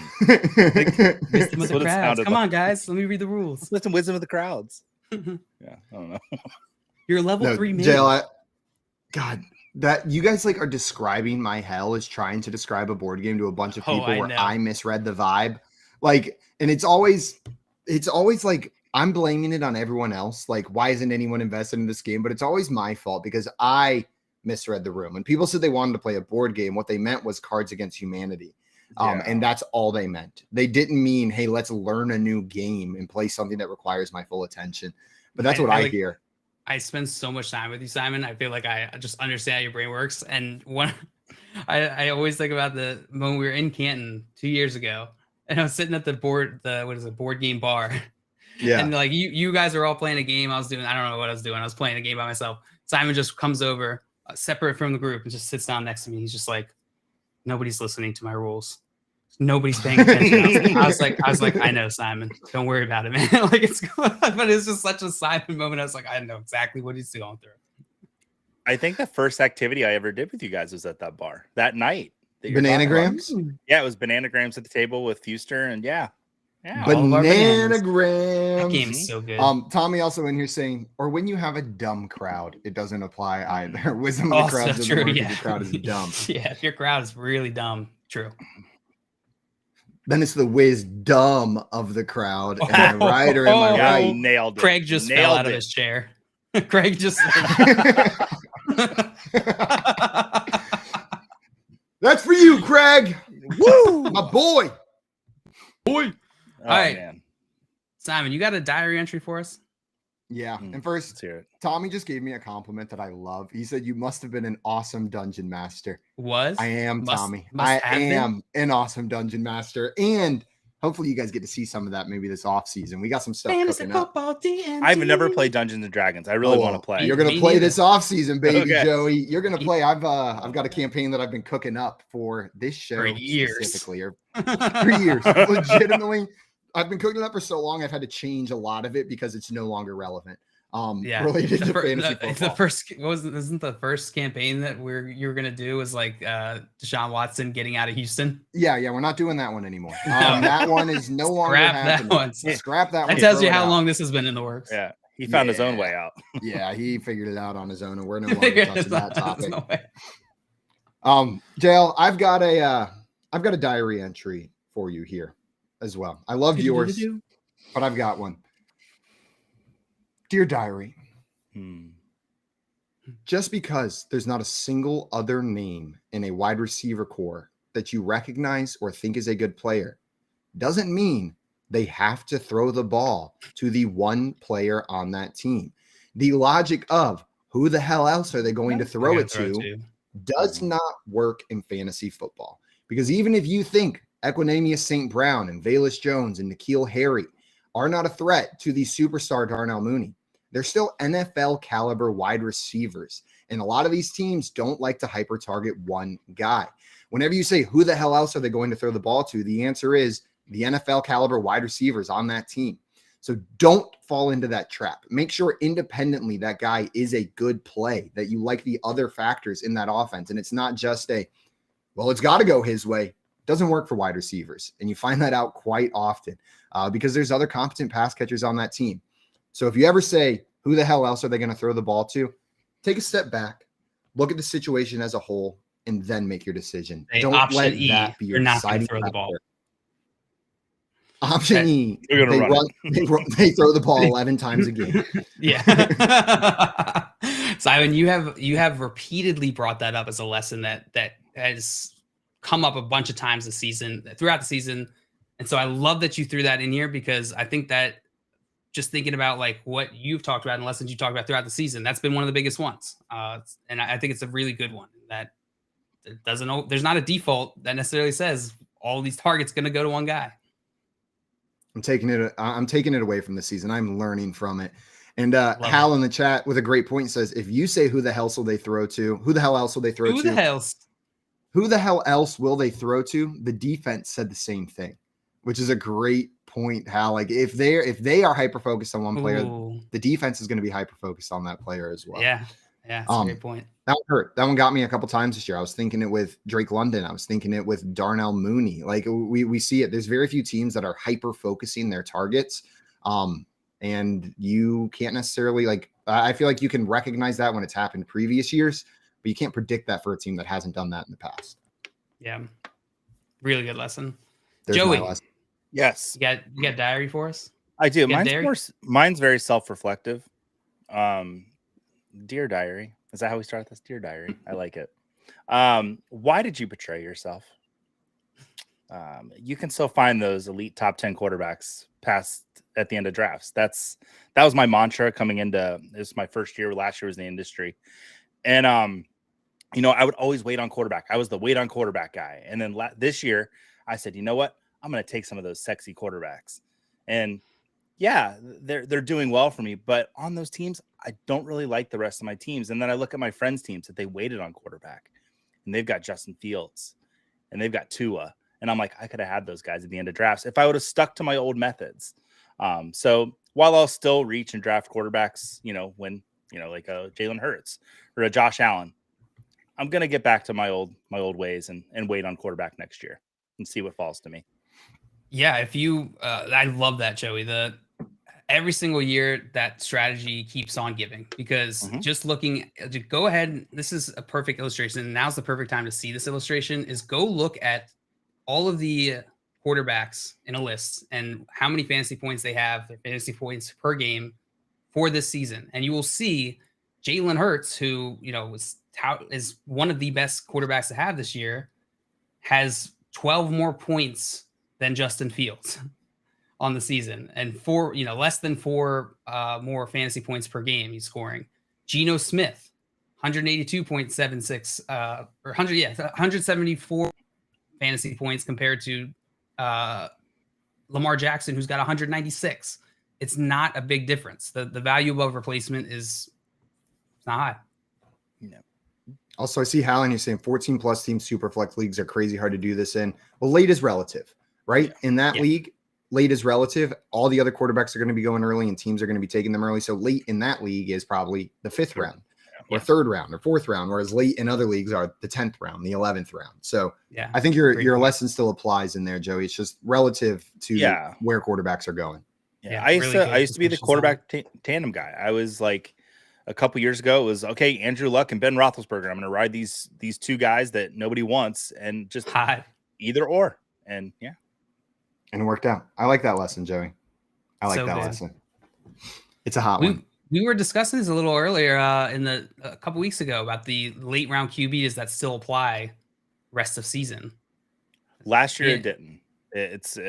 Last year was an anomaly too. I wrote an article about it for a former site I was with, and it was every season at least 40% of the top 12 quarterbacks top 10 quarterbacks come drafted outside of the top 12. But not very little care. Yeah, but not last year. Last year was the first year in 10 seasons it didn't happen.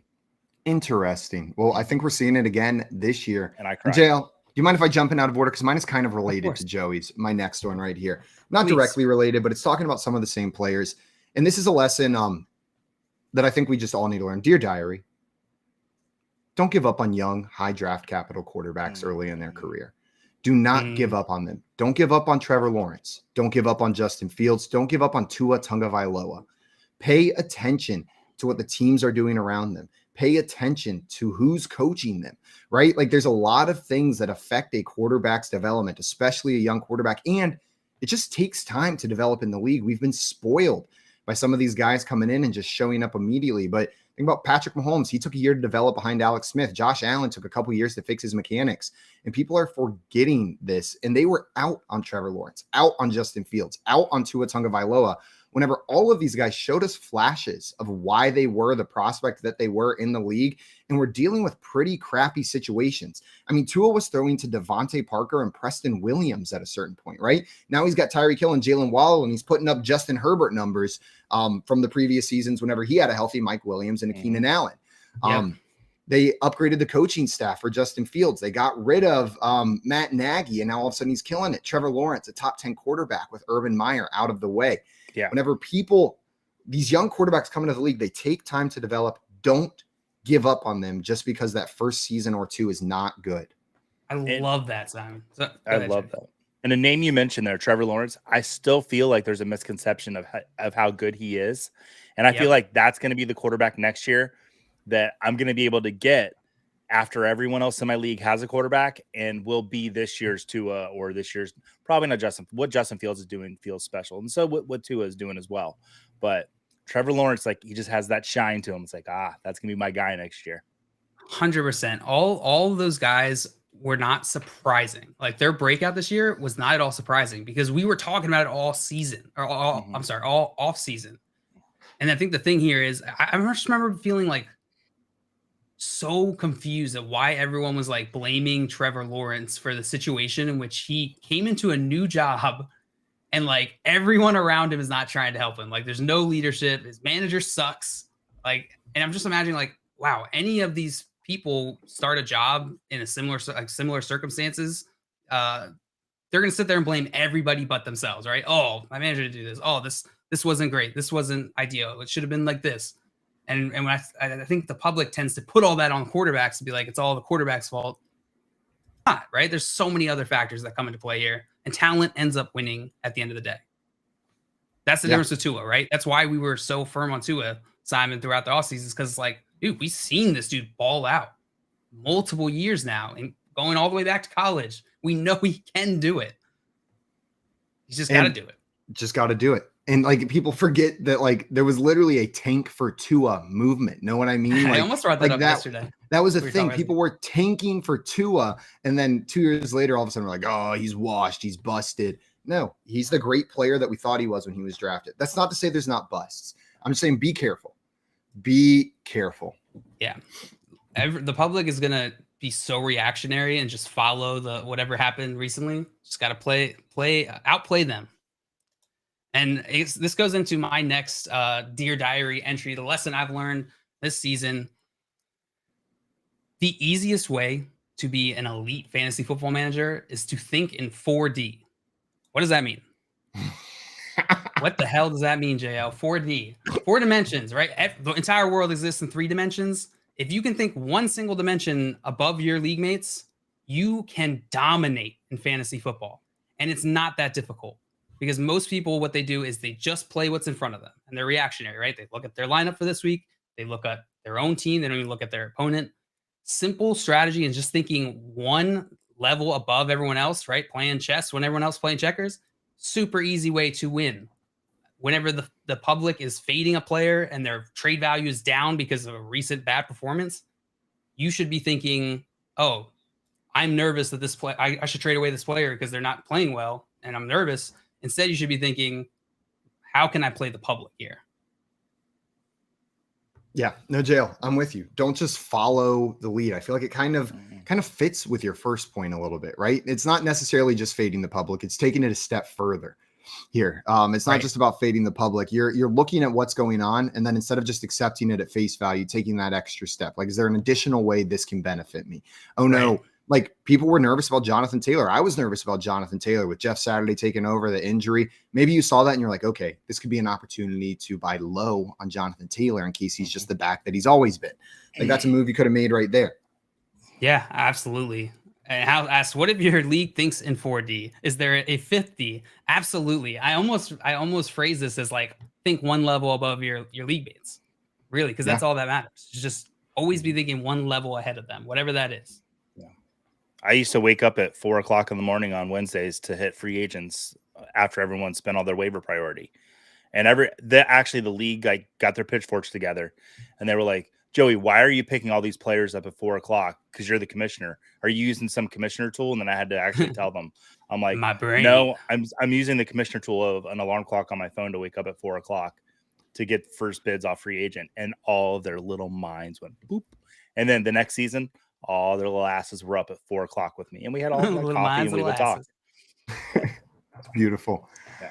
Beautiful. Guys, coming up, we are going to play some Fantasy Feud with our friend Vinny, Iyer, and then we've got some Hypothetically coming your way and the long-awaited modes of transportation draft that we will be doing this fine Friday.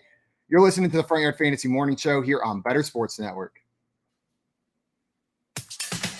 Better Sports Live with Lisa Ann and Rick Kamla. Wednesdays at 7 p.m. Eastern, 4 Pacific. Obviously, you've got a couple identities here, right? And so, Lisa Ann's here. Let's talk sports. Let's talk fantasy. What about my team? What do you think about my team? Like, that's dope, man. Like that brand you have built here is huge. And over in Switzerland, you're a big deal in Switzerland. Of course you are.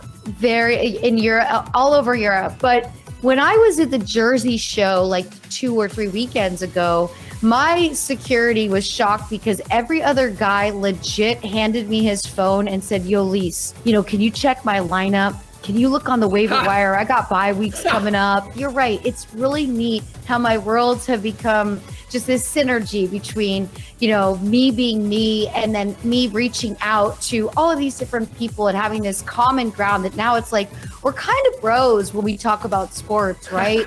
We're just friends, we're all sharing the same heartbreak or pain. Sports is the international language. Lunch Money with Kyle and Ray. Weekdays at noon Eastern, presented by FantasyGuru.com. Probably every team knows that inking starting pitchers to big deals and big money agreements is bad business. But that's the business they're in. What else are they going to do? That's what it costs to play the game. And all these pitchers realize it. I'd like to sit here and say, well, you should develop your own pitching. You should never pay these guys $25 million a year. But Ray, I don't think teams can do that. It's like the pitchers have a lot of power despite their weaknesses and despite their fragility. They still have so much control over the purse strings of these teams and these GMs and these owners. They don't care, Ray. They're seeing the same numbers we are. They know Jake DeGrom. If they sign him, you pray for 130 innings.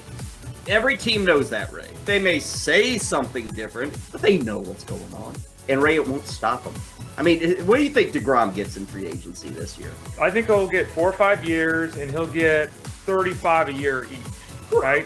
Paying $20 million for Drew Smyly is stupid. Paying $200 million for DeGrom is idiotic, in my opinion. Jacob DeGrom has had 14 injuries the last 2 years. Like, every part of his body, it's just, and he's phenomenal. But you can't be locked in. If DeGrom makes 25 starts, 26 starts, if he throws 150 innings, you could win your division. You could win the World Series. I get it.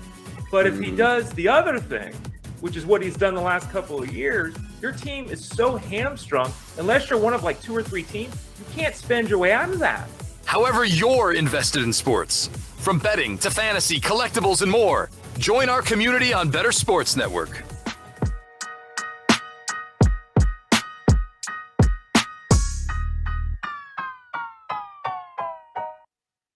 What's up, everyone? Welcome back into the Front Yard Fantasy Morning Show here on Better Sports Network. Joining us right now, we've got our good friend Vinny Iyer coming on the show. For those of you that do not know Vinny, come on, you got to be coming in on Fridays. He's here every week. He's an NFL fantasy football writer over at the Sporting News and a host on the Locked On Sports Network. Vinny, thanks so much for coming on, my man. Hey, how's it going, guys? What's up, Vinny? Going Good fantastic. to see you, my friend. Glad to have you here. Is that some Northwestern gear you got on there? Yeah, we're nice. Even though we haven't won a game, I just text my friend. We haven't won a game in 83 days in football. 83 days. So it's August 28th. So that's great. And but the basketball team is 3-0. So that's there you good. go. You're There you go. manifesting it. Yeah, yeah. Who needs football when you got basketball season, right? Yeah, it's already here. It's So. already here. Vinny, we brought you here today to play a game we are calling Fantasy Feud. Before we get into that, though, we did have a couple questions in the chat that hopefully you can help us answer. JL, did we have some questions pulled up? I remember you saying we had one or two over there. We did. Let's see. Adam in here asking, so I've been thinking of selling Justin Fields while he is worth a lot, while the hype is surrounding Justin Fields. He's thinking about selling them, looking to get a running back. And what do y'all think you could get for him? What kind of running back? Currently has Saquon and a bunch of other second stringers. So if you got Justin Fields, what level of running backs are you trying to target? Yeah, that's a difficult one because we know quarterbacks don't bring back the same running back value. They just don't, because again, running backs are such a premium at this stage of the year. I don't think you're going to get a workhorse back. You might have to settle for maybe a Jeff Wilson Jr., that type of player. I think I would do that. Yeah, I mean that's a move I would do. I don't know if that Wilson person would do it. It depends who they have at quarterback. And what I've seen happen with a lot of people that have Fields is they picked him up if they had Patrick Mahomes or Josh Allen or Joe Burrow. Then they're stuck. What are you going to do to trade and get a chip there? But I think the one thing you have to learn is that maybe Justin Fields' value might be it after this week, because they have a tough schedule coming up. They have the Eagles and Bills. So this is the time to move him before this Atlanta game, because it's going to get harder, and it's going to get harder near the fantasy football playoff time. So this is when you have to sell it to somebody else. I think, unfortunately, he's on a lot of teams that already have good quarterbacks. That's weird, but that tends to happen a lot in fantasy, and this is why maybe we should all be trending towards Superflex and 2 QB leagues. I hear you. And I was on that. I looked at that schedule and I was scared. Like, I was scared of the Eagles. I was scared of the Bills in those moments. But I'm getting less scared with every week that I see Justin Fields out there on the field. I'm starting to think maybe this dude is just fantastic. And in these games where like they're going to be down, he's going to be scrambling. These defenses are great. He's going to get outside and run the ball. And the thing that made him valuable is still going to work in those games. I think you can roll with Justin Fields through those tough matchups. Like, the more I'm sitting here thinking, like, if I've got him, I'm not desperate to go change my quarterback. I'm not going to start a Derrick Carr or I know Kirk Cousins has been good, but I think I would roll with Justin Fields even through those tough matchups. I don't think he's a must sell because he's got the Bills and the Eagles in the playoffs. It's scary. Like, when you look at it, it's like, oh shoot, I got to get out from underneath this. But when we're looking at these top quarterback options, like if Justin Fields is going to enter that conversation as a top fantasy quarterback, you're not benching Jalen Hurts if he's going up against the Bills. Know what I mean? You're still going to play him. You're not benching these top guys. And Justin Fields is inching closer and closer to that category for me where you just play the dude because of the upside that he has any given week. Yeah, I think that that's a solid point, Simon. I think the matchups for him lately have been very Beautiful. positive. They've been they've been nice. Very And so I think if you feel like he is going to get yanked back a bit, is going to have like some correction, then I'm okay making that move. But I agree with you. Like, at some point, especially with the rushing QBs, they kind of transcend matchups a lot of times. The best of them do. I might take Field, like, because I've got quite a bit of Fields, and target maybe the Justin Herbert manager and try to do 2-for-2 trade. Get a running back and a wide receiver, and then Fields and like a running back for Herbert and a receiver, and try to upgrade my team at both positions while it looks like I'm trying to upgrade their team. That might be something I'm trying to do, is target managers where quarterbacks are disappointed. Last point I'll add here is I just pulled up Alex, our good friend Alex, Peaked in High School's trade market value charts for this week. In 1 QB PPR league, 4-point capacity, if that matters. Justin Fields is a tier 7 value, 12.5 trade value points. Jeff Wilson's tier 5 at 28. So it's probably unlikely that your league mate's going to make that trade, that Jeff Wilson or Justin Fields. But the running backs around Justin Fields are Isaiah Pacheco, Raheem Mostert, Michael Carter, Brian Robinson, AJ Dillon. Yikes. Gus Edwards. Eesh. Yeah, I'm not trading for any of those guys. Yeah, to Vinny's point, it's just 1 QB leagues. QBs aren't as valuable. If you can get your league mate who doesn't realize that, I would try and trade away quarterbacks in 1 QB leagues. Absolutely. We had another question here from Hal. Hal want to know MVS Nico Collins or Keenan Allen, assuming he plays in a PPR league. Vinny, which one of these three would you be rolling with? I think I actually might go Nico Collins. I mean, MVS, who knows what his volume is going to be here. He's actually sick. He's going to play through it, but I don't know. I mean, there was opportunity last week, right? Was there a lot of volume for Marquez Valdez-Scantling? No, there wasn't. So the Chiefs could also run the ball a little bit more, so I'm not going there, but I think the Texans are going to have to throw quite a bit, I think, against the Commanders, and you can beat the Commanders. And Nico Collins coming off his best game. I think he had 10 targets last week. So I'm going to go there if I'm going PPR for some volume with Nico Collins. I'm with you, Vinny. It's Nico Collins for me here as well. I think MVS is a fine play this week with Mecole Hardman out, put on the IR, and then Juju likely missing as well. I know we're waiting for updates on that, but that was a scary hit last week. I'll roll out Nico Collins. What about you, Joey? Yeah, it's Nico for me as well. I just looked at my rankings. I've got Nico ahead of both these guys. And if Keenan Allen plays, it's a little tricky, but he plays later in the week, so it's a hard decision to make. So you got to roll out there. Hal said, give Najee and McLaurin for Rachaad White and Rondale Moore and Fields in a 14-team super flex league. The Fields owner has Josh Allen and Lamar, so they're shipping off their third quarterback. So Najee and McLaurin for Rachaad White, Rondale Moore, and Justin Fields. Absolutely, my man. Najee plus McLaurin. You get Rachaad White back. Rondale Moore's a downgrade from McLaurin, but you get to throw Fields into one of your super flex spots. That's hot. I'm making that move. You guys agree? Yeah, that's a solid trade, especially 14-team league. The depth has a little more value here. So taking the side with more pieces, I think actually works in your favor. Absolutely. Hot Hal. Fantasy Dog in here saying Joey and Vinny, two of my favorites. Wait for it. Of all time. Of all time. Whoa. Thank you, Fantasy Dog. Thank you. I guess JL and I are just chopped liver, huh? Absolutely. Dog? You know what? Yeah. Dogs probably love chopped liver, though. They so that's do. not even an insult here. Scott Fish said, my son thinks about fantasy in the infinite dimension. That is true. It is 100% true.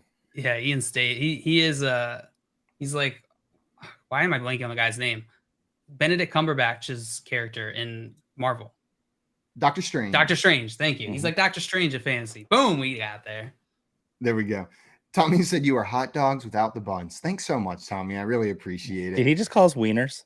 They just call us wieners. 100% calls. I've been called worse. Mo Diesel wanted to know Dulcich or Conklin this week. I'm also starting Sutton. I'm not scared off of starting two players in that same offense. Dulcich is tiers above Conklin for me, so it's going to be Dulcich. Vinny, which one of these guys would you start? It's 100% Dulcich. I actually like him in DFS this week. I don't think Jerry Jeudy's going to play. He's missed 2 practices. Don't forget KJ Hamler and Kendall Hinton are also banged up. So you look at this Raiders matchup. Who's Russell Wilson going to throw to? It's going to be a lot of Cortland Sutton. Greg Dulcich just missed like a 75-yard touchdown last week because Wilson didn't put it on him while he was wide open, and the Raiders give up a lot. So I'm going Dulcich. Another thing, if you look at the Patriots, every time Kyle Duggar plays, don't play a tight end against them. And the last game that Conklin went off against them, I think that's what we're chasing. Duggar did not play that game. So if he's back, you cannot go with Conklin. And I love Dulcich's upside this week. I could see him having a 2-touchdown game easily. Hot. That gets me hot and bothered. I love some Greg Dulcich.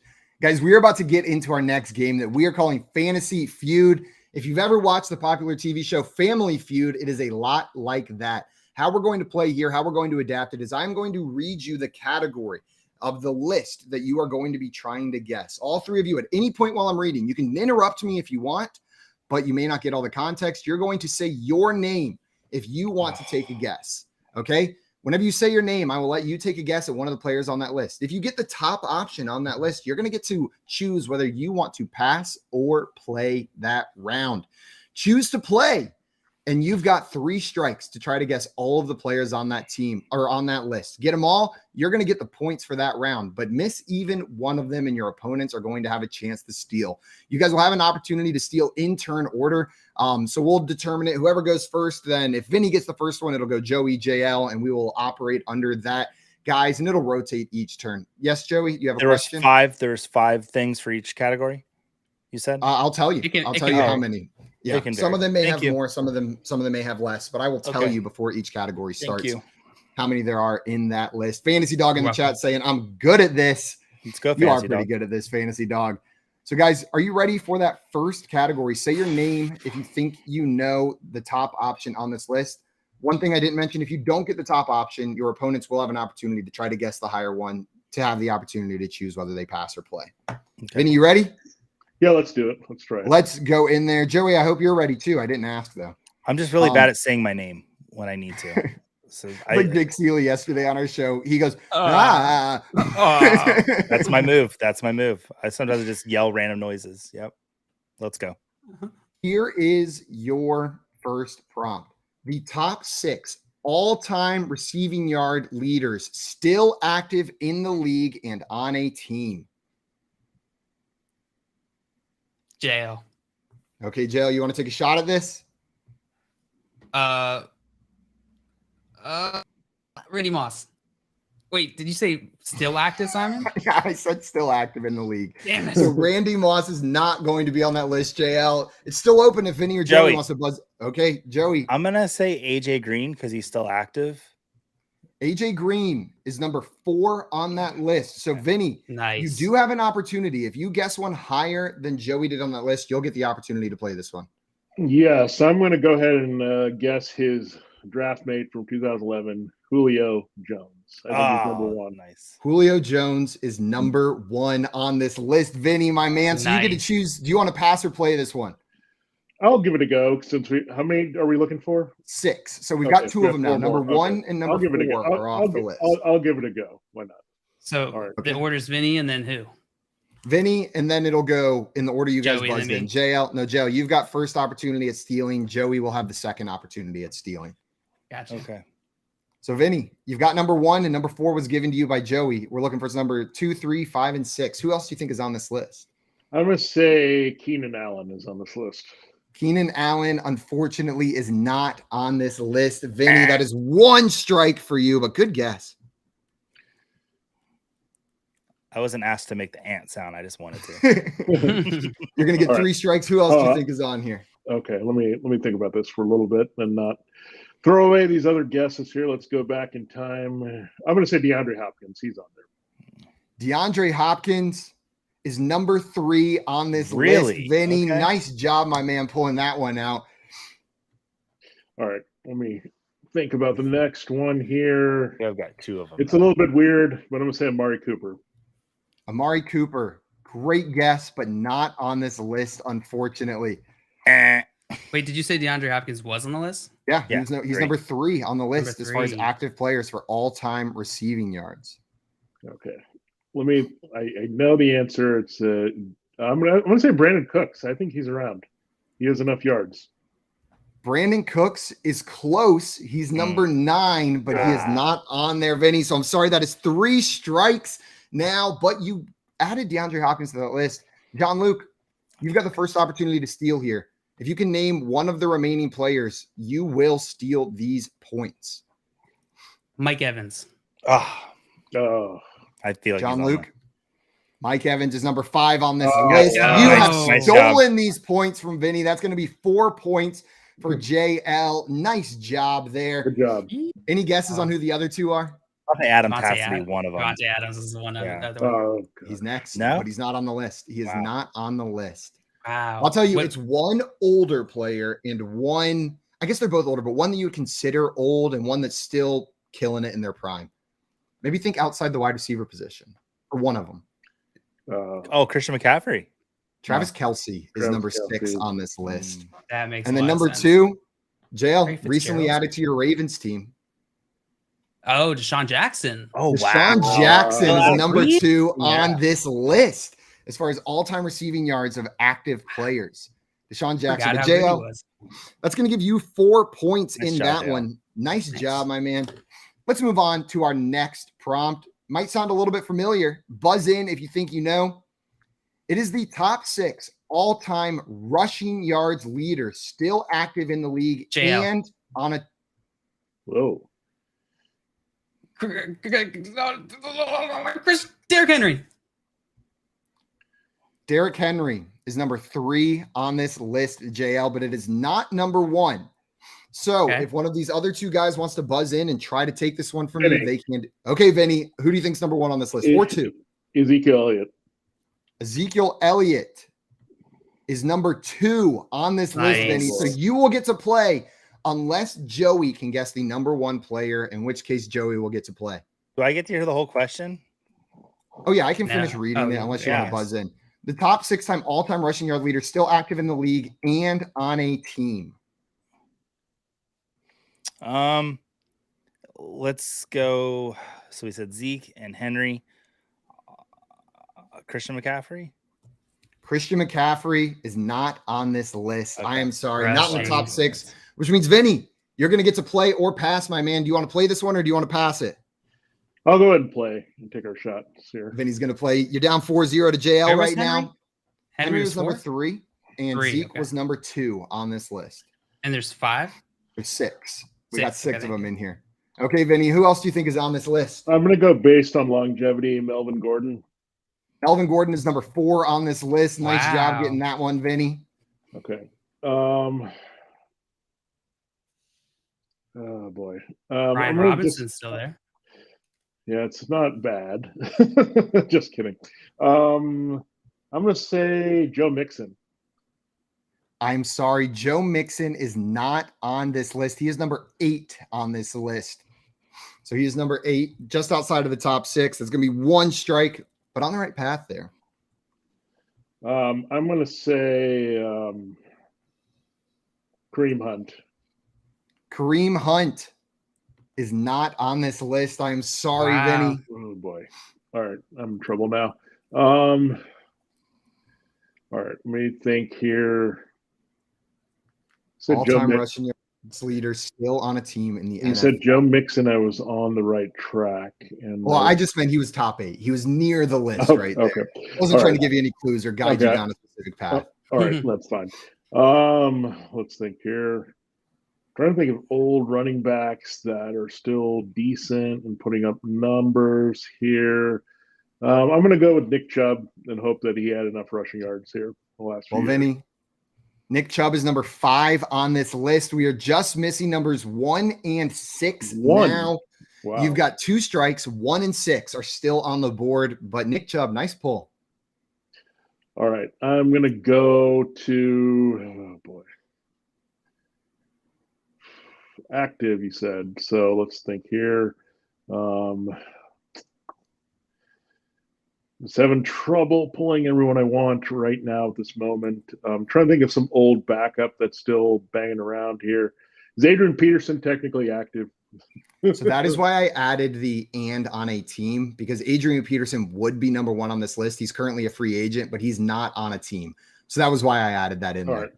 All right. Well, that's wrong. So Adrian Peterson, 3rd strike, Vinny, unfortunately, which means, Joey, you're going to have the first opportunity to steal on this one. There's the number 1 and number 6 left. If neither of you guys steal, Vinny is going to get those 4 points tied up with JL. Otherwise, you guys can steal. Yeah. Even though I got it right, Joey gets to steal next?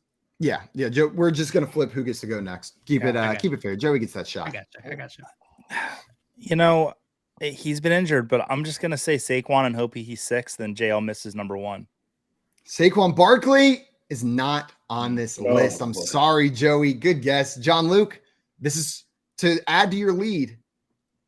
This is to add to my lead. I'm going to go with Dalvin Cook. Dalvin Cook is number 7 on this list. He is not either. We had some guesses come in the chat. Better Boss in here with James Conner, Tommy with Mark Ingram, Dustin. Mark Ingram. Mark Ingram's good. Mark Ingram is definitely on there. Mark Ingram's number 1 on this list. That came up in like a Jeopardy game like a couple months ago. This Where's last Miles one, Sanders? The last one's tough, guys. The last one's really tough. I'm not going to lie. Number 6. I'm not surprised no one got it.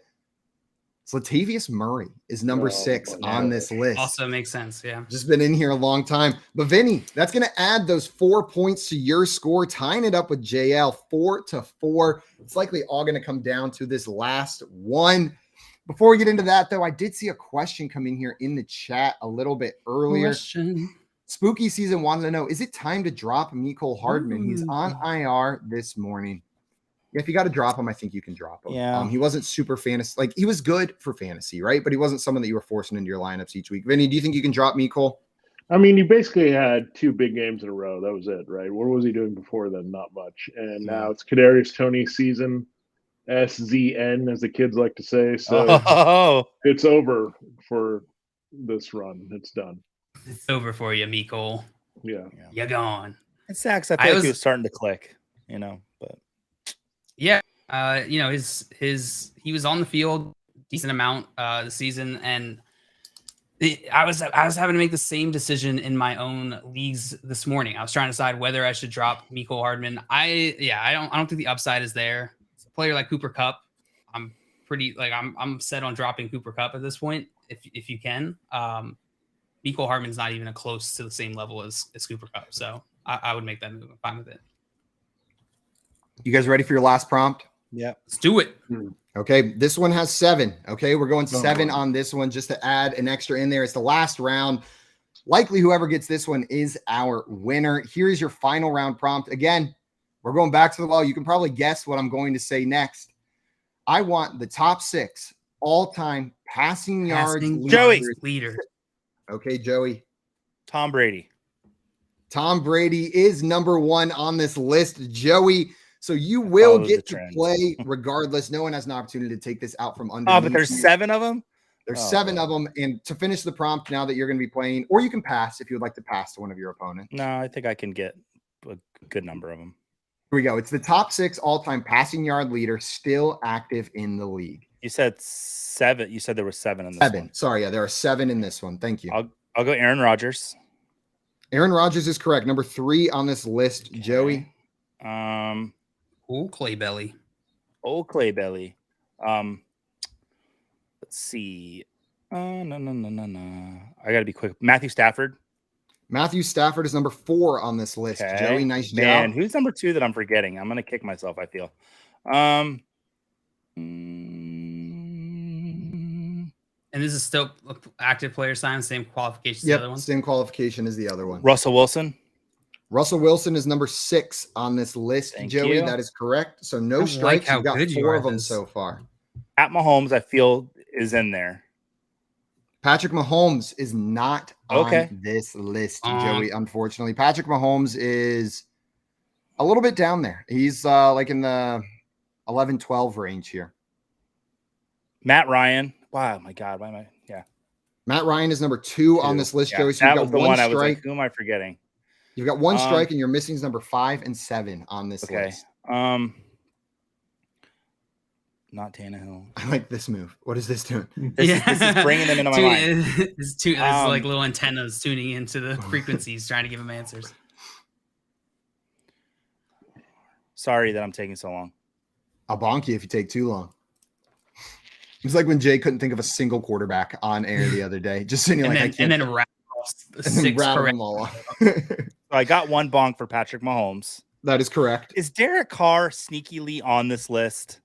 Derek Carr is sneakily close to this list, but not quite on it. He is number 9, but very close to being on this list. So that is 2 strikes, Joey. Yeah. 1 more strike, and there's 2 names remaining. Okay, number 5. Number 5 is gonna kick my butt, and that's. Pass the ball, Joey. Pass the ball. What are you doing, Joey? I'm probably gonna get a bonk. I'm just gonna Carson Wentz isn't on there, but I'm gonna run out of time. I'll just say Carson Wentz because I'm blanking on names right now. The lights Carson are in my Wentz face and is a bonk. I'm sorry, Vinny. You've got an opportunity to steal here. Yes, I'm going to go with another player from the 2012 draft, Kirk Cousins.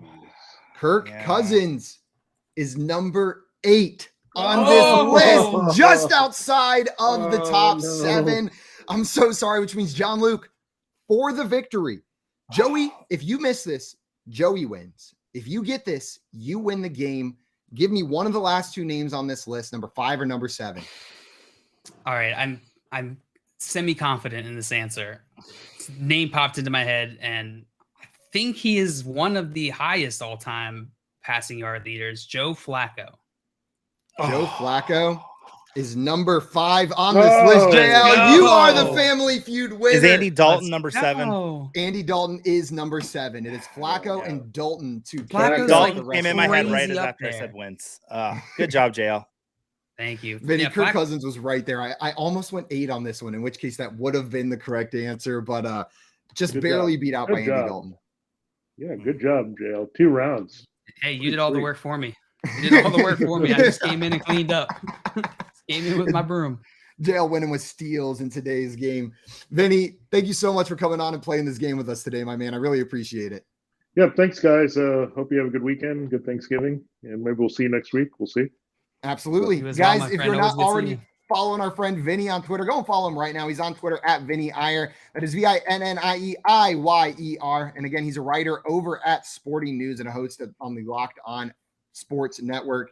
Vinny, we'll see you next week, my man. Enjoy your Thanksgiving as well. Yep. Thanks, guys. Have a good one. Northwestern. Bye-bye. Go Northwest. I love that like retro Northwestern logo. Yeah. It's one of my favorite sports logos of all time. Their campus is one of my favorite campuses of all time. I've never been. Chicago, right? Chicago. Yep. And we had some people in the chat getting those last ones. Fantasy Dog in here with Dalton, Ryan, Wilson. Dustin said Brady, Ryan, Stafford, Rodgers, Russ, Flacco, Cousins, Dalton. So you got all of the top 8 in there, Dustin. Nice job, my man. Nice. Illmind Jedi had a question for us, guys. He wanted to know, do you all think Drake London will be an elite wide receiver soon, like end of this season or next year? Next Jedi year. Heat today. Question's so good. Not this year. Yeah, Joey, go ahead. I think you're going to say what I want to say here. Yeah, I'm not necessarily thinking it happens this year, but like we saw something in him early this season that excited. I know myself and JL. We talked a lot about Drake London. So I don't think it'll happen this year. But yeah, next year I think Drake London's someone that I'm going to be targeting in those middle rounds as like my wide receiver 3, and I'll be happy to get him.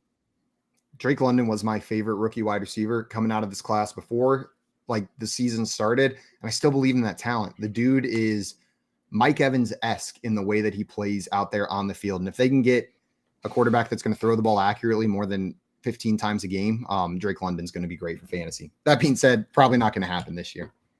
Yeah, we just talked about players like quarterbacks who are in bad situations when they come out or come into the league, and how talent is so important. And I feel like the Falcons are a perfect example of that with their skill position players, right? Kyle Pitts, Drake London, so good, so talented. It's impossible to succeed in an offense like this, regardless of how talented you are. So, yeah, I think this season we could see an uptick. I don't see that drastic of a change happening this season, though. Yeah, I'm with you. John Luke. I think that was the last question that I saw in here. I did see Fantasy Dog say, is there a world geography category for Fantasy Feud?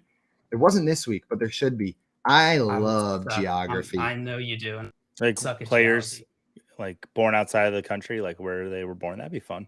Or just geography. Yeah, that's just information like, I know. Just like rivers and stuff. We'll do rivers and lakes and different things and butts, but with an E on the end. Like a Jeopardy.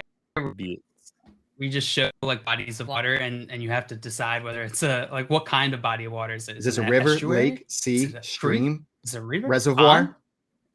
I used to live in Montana, and every time we would pull up to Butte, Montana, I'd see the sign, and nobody would say anything. Car, and they just hear me giggling in the back, and they'd be like, "Stop it, Joey!" And because they knew I would laugh and get it said, "But." It is funny. There's some funny city names. There's a city in Pennsylvania called Intercourse, Pennsylvania. And it is an Amish community, and they sell T-shirts that say "I Heart Intercourse," just like I Heart New York style. It's just like this weird juxtaposition where it's like this like almost like Puritan society, like right? A like shtick? And then the shirts say like, "I Heart Intercourse." Is it just like what's the last thing they're gonna expect us to put on a T-shirt? Let's do that. I think so. Is that what is this just like a marketing ploy by the Amish? I think so. I think it's like a shock when you walk in there and you see that in there. Like that's the last thing you're expecting to see. Yeah, man. So we all do. Agreed. We do have something in common after all. It seems. You don't need a T-shirt to advertise it. Pardon my French, but they wanted to name it butt sex, but it's like, no, we're still a Mennonite community, so we're gonna go with intercourse because it's a more lovely term. So they had the idea, but they didn't want to go too hard on it. So You're right. They got pulled in by PR over there. So Yeah. you guys, you got to relax. Gotta reel it in a little bit. Coming up, we've got our friend Tim joining the show, another FYF fan member, and we are going to play some Hypothetically and do our modes of transportation draft. You're listening to the Front Yard Fantasy Morning Show here on Better Sports Network. Join Corey Nando and friends presented by Mayo Media weekdays at 3 Eastern on Better Sports Network. Darren Ravel's here. I love tickets, man. That is my bet. I have a very hard time selling many of them, even if I know I'm going to make a ton of money. I just love the idea of the stories that tickets tell. You know, Darren, that's interesting because I got a ticket I was at Nats Park the night when Albert Pujols hit his 400th home run. And I remember saying to myself, I'm going to save the ticket.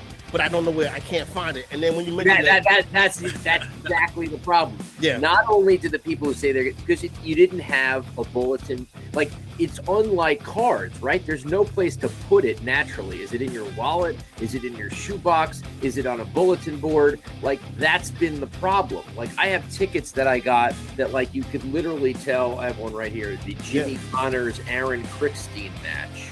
Right, the 5-setter, and you can literally tell that this was put on a bulletin board. You know, that's how it was saved. There's dots in there.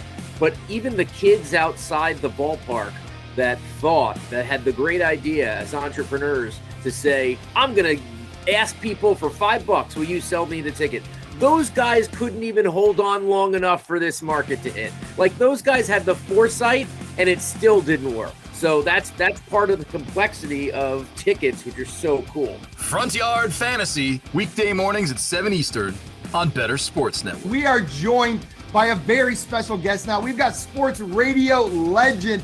We have Scott Farrell with us. You know, it's weird. I'm not a collector of, sports memorabilia. Yeah. The only things I've said on the air that I've ever kept in my life were, I have millions of jerseys and all that nonsense, but I have 50 years of Sports Illustrated magazines, and I had the Len Dawson autograph. I have Lemieux autograph pictures, because I'm good friends with Mario Lemieux. And I also have valuable pictures of Bill Mazeroski hitting the Game 7 1960 World Series 9th inning home run to beat the Yankees. So I'm a Pirate fan for life, but I love the Yankees too because I've lived in New York for 25 years now. My favorite player my whole life, though, strangely enough, my entire life was George Brett of the Royals. I love George Brett from the day I saw him play. Back in the day when guys actually hit close to 400 every year, instead of these guys making $50 million hitting 210 with 5 home runs. All the wussies in Major League Baseball today, they're not like they used to play. Back in the day, guys like George Brett, Rod Carew, D. Rose, those guys. I don't know how many 98 mile an hour sliders those boys were seeing back then. Listen, if you hit 300 every year of your career and you're in Cooperstown, I don't want to hear it. Better Sports Network is betting, fantasy, collectibles. It's sports talk done better.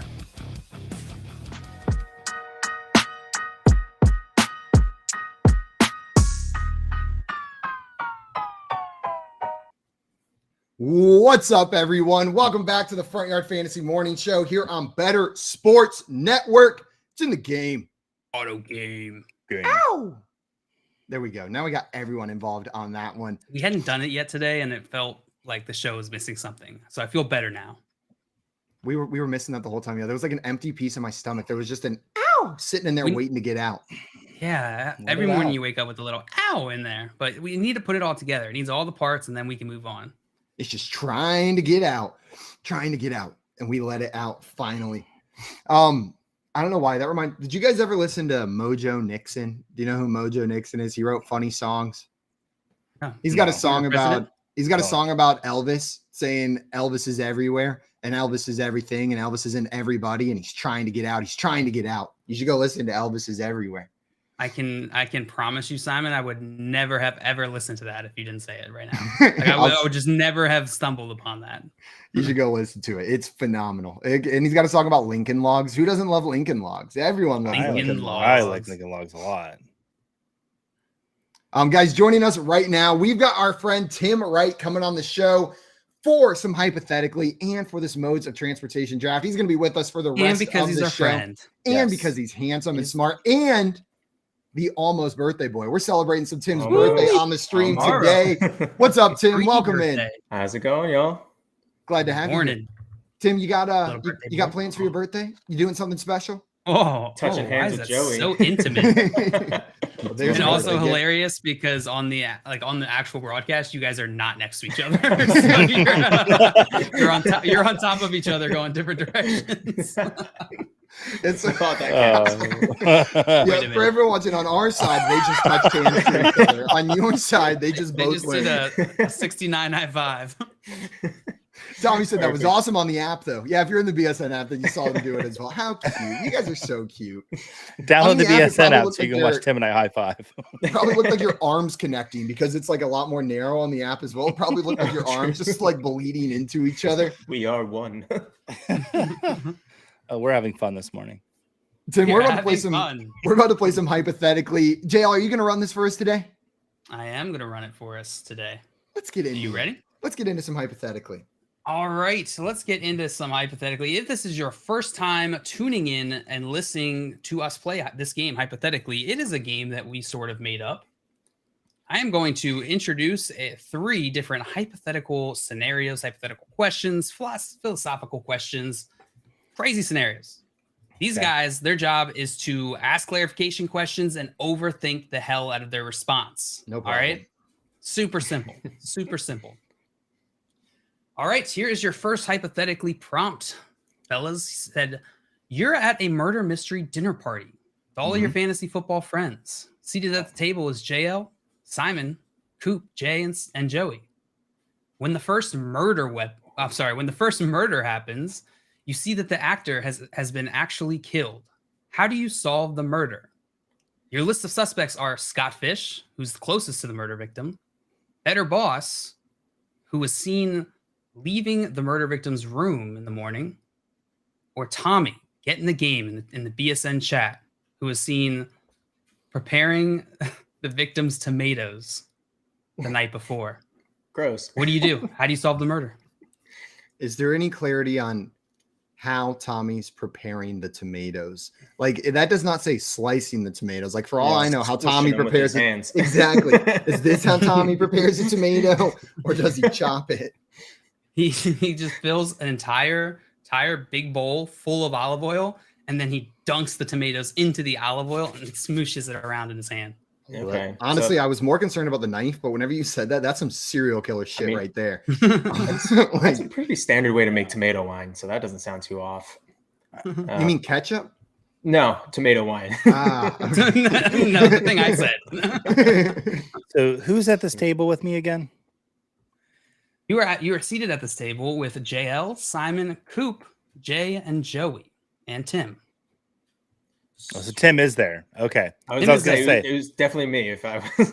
The first time I heard this, Tim wasn't there, and I'm like, well, Tim's the murderer. He's hiding really well. So okay, all right. So we And only it's have 3 definitely suspects. one of those 3 suspects. Tommy, get in the game. Better Boss, Matt, or Scott Fish himself is the one who did this. They're not the only suspects. That's just your list of prime suspects. Okay. Oh, And the question is not who did it, but how do we solve this murder? Mm-hmm. Wisdom of the crowds. Is how we're gonna solve this murder. Roll for initiative. How many bubble gums in this jar? I'm assuming Scott Fish had his clunky ass boot on, right? So Never leaves the house without it. Okay. Tim, I have a question for you though. What's an Tim, what's an I think ass you boot? solved it. Yeah. What? What's an ass boot? Heck if I know, man. Hell of a question. Ass boot, just a little kinkier. Yeah, it's got like a cleft chin in the back, but it's really a butt. So we know it's not Scott Fish. At least in my mind, we would have heard him clunking around on that bad boy. So Yeah, but see, now you're starting to describe where he could have hidden the murder weapon and get away with it, and it was all a ruse for all true. these years. So Oh, did the gotta- lights flicker?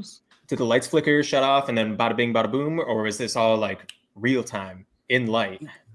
We're all looking the wrong way. It happened the way that all murders happen, which is during a thunderstorm when the lights get cut out and nobody can see. Okay, Of course. so are we sure it wasn't lightning?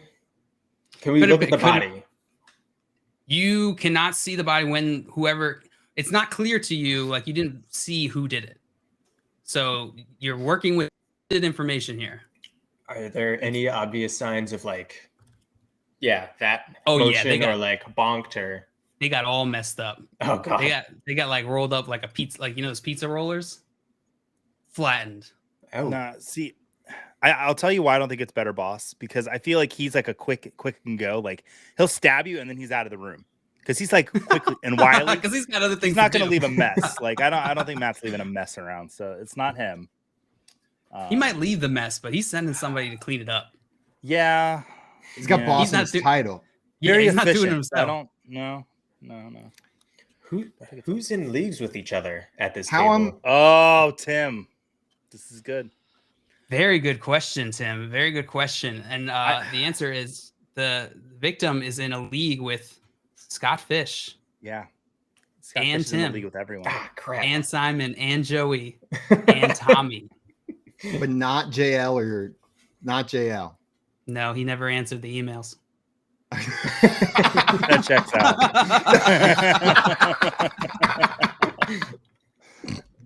That is so accurate. Tommy in the chat with the ha as JL proceeded to ignore 15 of his emails.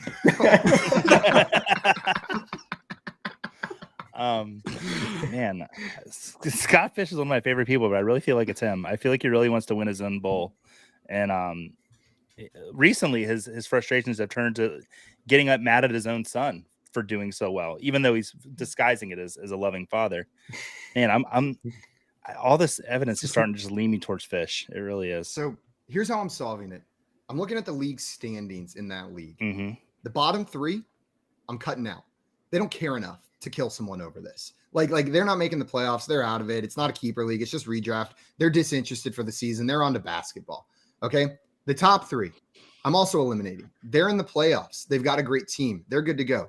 It's those teams on the fringe trying to eliminate their competition Wild to cards. even get into the playoffs. Know what I mean? These teams fighting for a playoff spot that are trying to eliminate a little bit of their competition. I have to assume the murderer was in that 4 to 8 range in the league, 4 to 9 in the rankings. Like that's the only reason they would get murdered here. It's clearly fantasy football driven. And so my list of suspects is immediately narrowed down to ranks 4 through 9 in this And league. what do you find in that list when you look on your app? When I find in that list, Joey, your inclination was correct. Better boss sitting there right at the top, number 2 in this league, behind only Tim, who in a year of absolute chaos for fantasy football is sitting atop the leaderboard Because he went without a so doubt. Dolphins heavy. Because He went Dolphins heavy. Waddle and it's working and out. McKinnon. It's working out for him right there. Now Tommy though sitting right there in the middle, and Scott Fish also sitting right there in the middle. So both of those guys are still sitting in there, and myself and Joey are sitting in the middle as well. So we're sitting there with those guys. So Joey, one of us could be the murderer, or we could be lucky that we didn't get murdered in that situation. Is the murder mystery actor in the league too? Because Yes. Yeah. No, they're just not even. This is just a random person. Simon's like, these other people I'm in the league with. So that person's sitting at 3, basically. I feel like it's not me, because if I was going to come up and murder, I couldn't stop giggling beforehand, so we'd hear the giggling going on. That's pretty. We're all trying to figure out who did it, and Joey's just sitting here trying to rule himself out of the murder. He's like, That's real suspicious, though, Joey. Dustin said, I ask everyone to collude with me to win the fantasy league. Whoever agrees is clearly the murderer. So go in the morals route. If someone would collude, then maybe they would murder. I would just lie anyway. Now I don't feel that it's with Simon's logic. I don't feel like it's Scott, because he could change the scoring format to favor himself. It's because he has like that power. commissioner powers in every league in every format, even if he's not in it too. So if Scott wanted to just win Scott it, he Fish can move powers. himself up by default. So Scott Fish, I'm going to eliminate, because he has the power to achieve what he wants without having to murder somebody. Cheating is less severe than murder. And so he would go that route first. Exactly. Tommy in the chat saying, who was the victim? Is what Tommy said. So are we down to what? Simon, Tommy, and myself? I think I will so. I will tell you who committed this murder. If you guys are done telling me how you're going to solve it. I think Tommy committed this murder. That's my final answer. Tommy in the ballroom with the iPhone. With an iPhone. So the murder weapon is an iPhone. And and you're going with that he killed Actually, him because no, he wanted Tommy, to get his playoff spot. In the ballroom with an autographed Calvin Johnson helmet is what the murder weapon was. Somebody said it was Sir Plant. no, No, just camera cuts to the corner where the Sir Plant sitting there. covered in blood.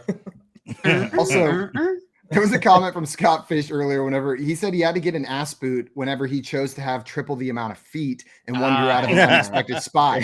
So from a previous hypothetically, he chose triple the amount of feet, and one of those feet, now he's got an ass boot. You just got to do what you got to do. I believe. Would you rather have triple the height or triple the feet? Yeah, it was all on the torso, is what you ended up saying. Just the belly button stretch.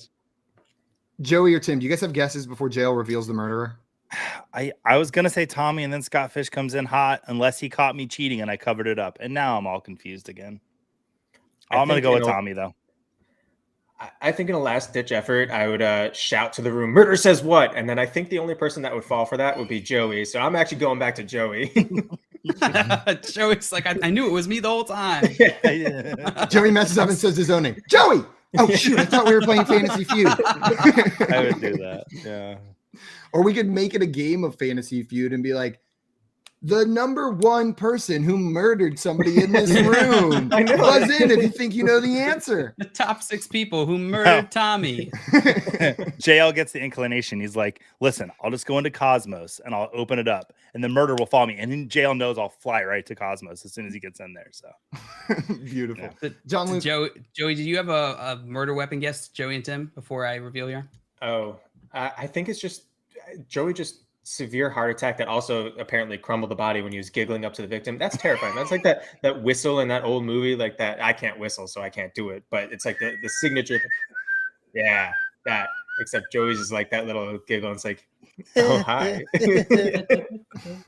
You just hear, oh hi. That's the last thing you hear before you die. And they have a heart attack and they die, and it's all an accident. Goes, oh die. Oh die. Oh god. Yeah. Perfect. All right. Well, the actual murderer is. You turn the corner. It's Scott Fish. No, you got away with it, you stinker.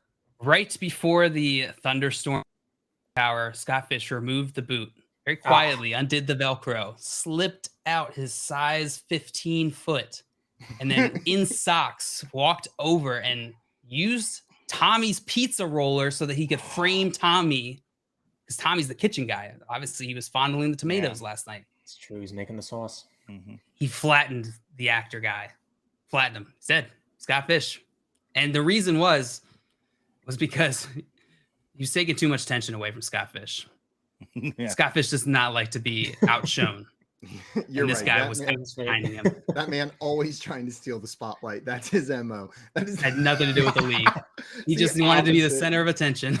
Scott can confirm in the chat. All I Scott love you, heard man. was, look at this bowl. And Scott's like, I'm the one that's allowed to have a bowl. And they're impersonating Joey Yeah. in the dark. This is reminding me, Jay, like I had so much fun going through that. I got to go back and play. Have you guys ever played Danganronpa? The game. Oh, God, what the hell are you talking Pardon? about? It's a computer game called Danganronpa. You guys And ever played Doomba Wappa? You guys ever played Waka Waka? No, but what you are is you're a student at this high school for like the extremely gifted, and then all of a sudden it gets taken over by this evil maniacal teddy bear, basically, who locks you in. And the only way, like how the game works, is if you murder someone and get away with it, you're allowed to leave. But after every murder, they hold a class trial. And if the murderer gets caught, they get executed. And so in order to escape, and so the whole game is about like gathering clues and then going to class trial and blowing up different arguments and defenses. It is such a good game. I'm going to go play it again. This got me excited for it. Oh, okay. I was like, how does that tie into this? But It's you're just saying like similar. this. It was the same thing that we were doing. I got you. Like the rolling pin thing you said is like literally exactly the kind of stuff that happens in that game. Like they use the rolling pin to try to make you think it was this person. Keith says Scott continues murdering because he doesn't get enough attention for the first murder. True. Joey's I mean, he next. got away with it. Scott said, "What is the game? It's called Danganronpa. Danganronpa." Did you just say Joey's next? Yes, we all like said I'm that. the next one to die. Yeah. He kills you next. What? Scott Fish would never kill me. He probably would. He's trying to get attention. He figures that killing you is the best way to do it. I texted him 3 times last week, which is like above the maximum of what he set. He's like, "Here's my number, Joey. You can't text me more than 2 times." Here's so I your went quota. that 3rd time. So yeah. Yeah, and then Scott saying it's kind of like Mafia or more recently Among Us. Yeah, similar to those, but like the trial element is what makes it different. Like the gathering evidence. It's fun. We got another one, JL. We got another one. Well done on that one, guys. You solved. Well, you didn't solve the murder mystery, but you gave us your best effort. You gave it the old college try, and you whiffed. That's all right. I think we Scott should have Fish just will. listened to Tim. Tim had the right idea with the boot.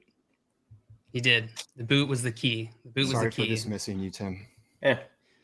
All right. Here's your next hypothetically prompt, my guys. Would you rather have to hurdle every person that walks towards you, or have to continuously and very loudly announce all of your toilet activities, number 1 through 2, or have to auto accept every trade offer that is sent to you?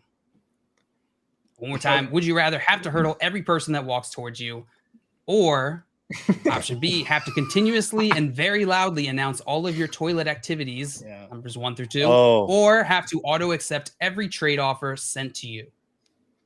God, I do the number second one anyway.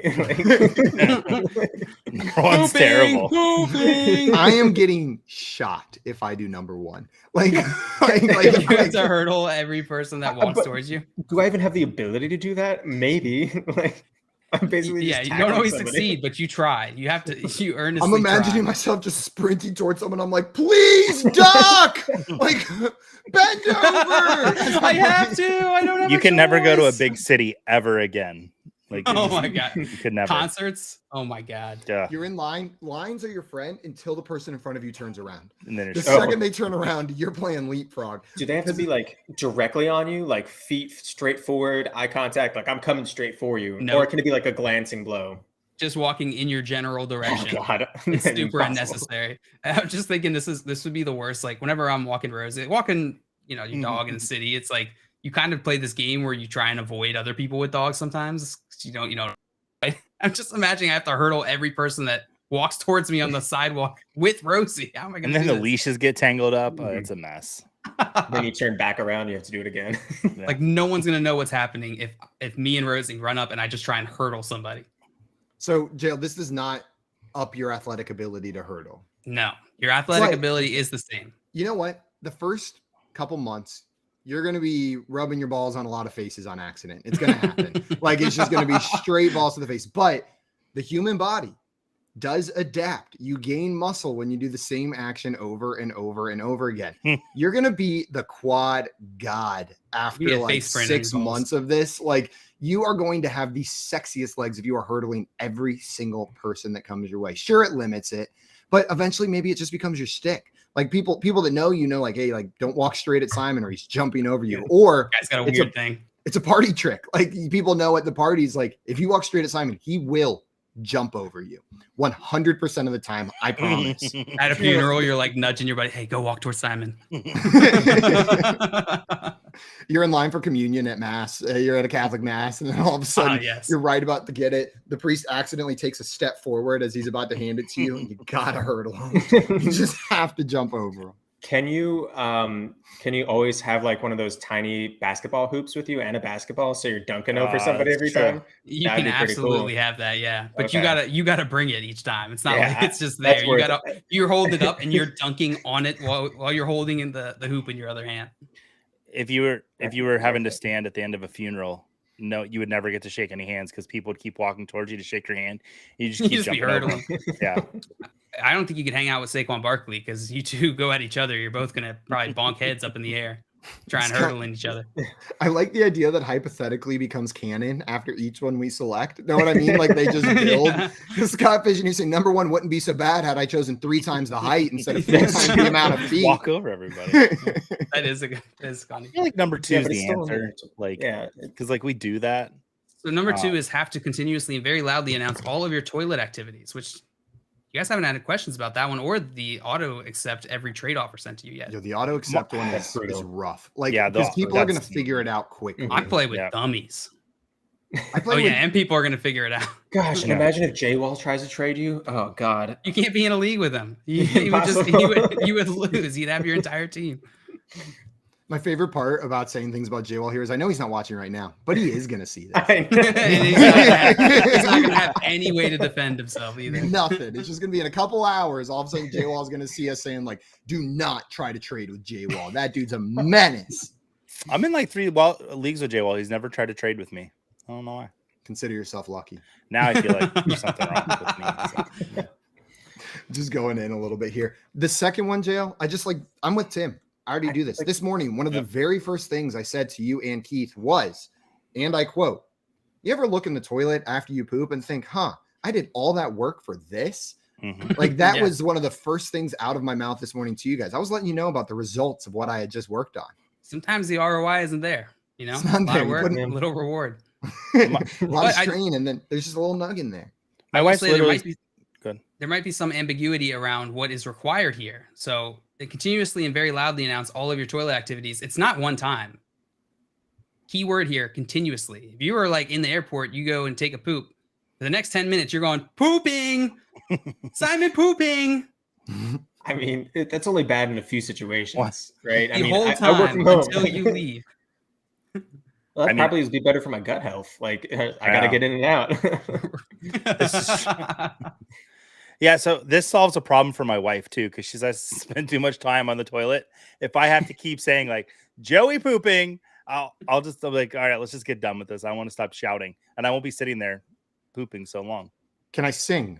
Can I sing the announcement? Absolutely. Because a lot of times while I'm peeing, I'm already singing like pee pee pee, taking a pee, Exactly. like I'm just like singing exactly. Like I'm already His little, singing. his little legs not reaching the ground, so this is swinging. Simon going pee pee. Tinkle in the toilet. Guy in the airport's like, make today. I think we're burying the lead. Did you just say that Simon sits to pee? Yep. Is that what we've just found of out? course. Of course. No mess. No lid lift up. No lid put down. No mess, I no mean, like, sound. come on, I guys. had a friend like in a college ninja. that put a little hook on the back of his bathroom door and would take his pants off and sit to pee every time. Like, true story. Yep. He would take his He pants brought off a to coat pee. rack with him. Yeah, he's put a little hook on the back of the door. That's hilarious. The man wants to get comfortable. That's, I, mean, nothing wrong with I that. poop like everyone else. I strip naked and I straddle the toilet backwards and I take my poops, just like we all do. You got the Right little up back shelf. entry. Exactly. Simon You can knows put- the little shelf right there. If you Like sit an on the adult toilet man. backwards, which should be forwards, honestly, you've got the shelf and you can play The with your shelf. little. You can play with your Number Rex one's up. dinosaurs and everything's fun. Number Tommy one's down said- low. Number two's up top.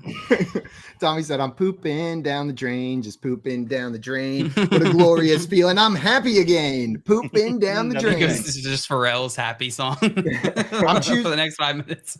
Because I'm pooping. And then He just people start repeats it clapping for along 15 with you. minutes.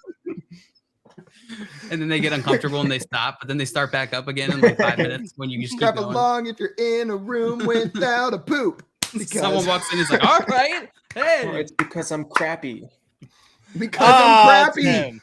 There it is. Oh, Okay, boo. option 2, and I'm singing because I'm crappy the Yep. entire time. Easy. Across the board. Option two, Joey, you're going option 2 as well? Yeah, option number 2. Yes. Nice. Yeah. It's not as good All as I'm right. crappy, but I try. Actually, I'm changing my answer. I'm hurdling everyone because it's a spectacle, and I'm all about It's a attention. spectacle. Like we talked about Scott Fish loving attention. I live for attention. I'm turning and into it- content. Like I'm just the hurdle guy now. You know what I mean? I'm gonna be on like all the talk shows. Like this Just guy take hurdles TikTok. everyone he sees. Like Yeah. I'm gonna kill it. I'm gonna be. You're gonna rich become hurdling people. like a famous influencer because it's the guy on TikTok who tries to hurdle strangers, unwitting strangers who just walk towards them. There's already like You'll get 6 to of watch. those, so. You'll get to watch the journey of the guy who tries to hurdle strangers to the guy who does hurdle strangers, Honestly, like, or gets arrested or killed. would you guys watch a TikTok account where the whole time it's just every time someone goes to the bathroom, it's them announcing, it's them doing it, just recording themselves.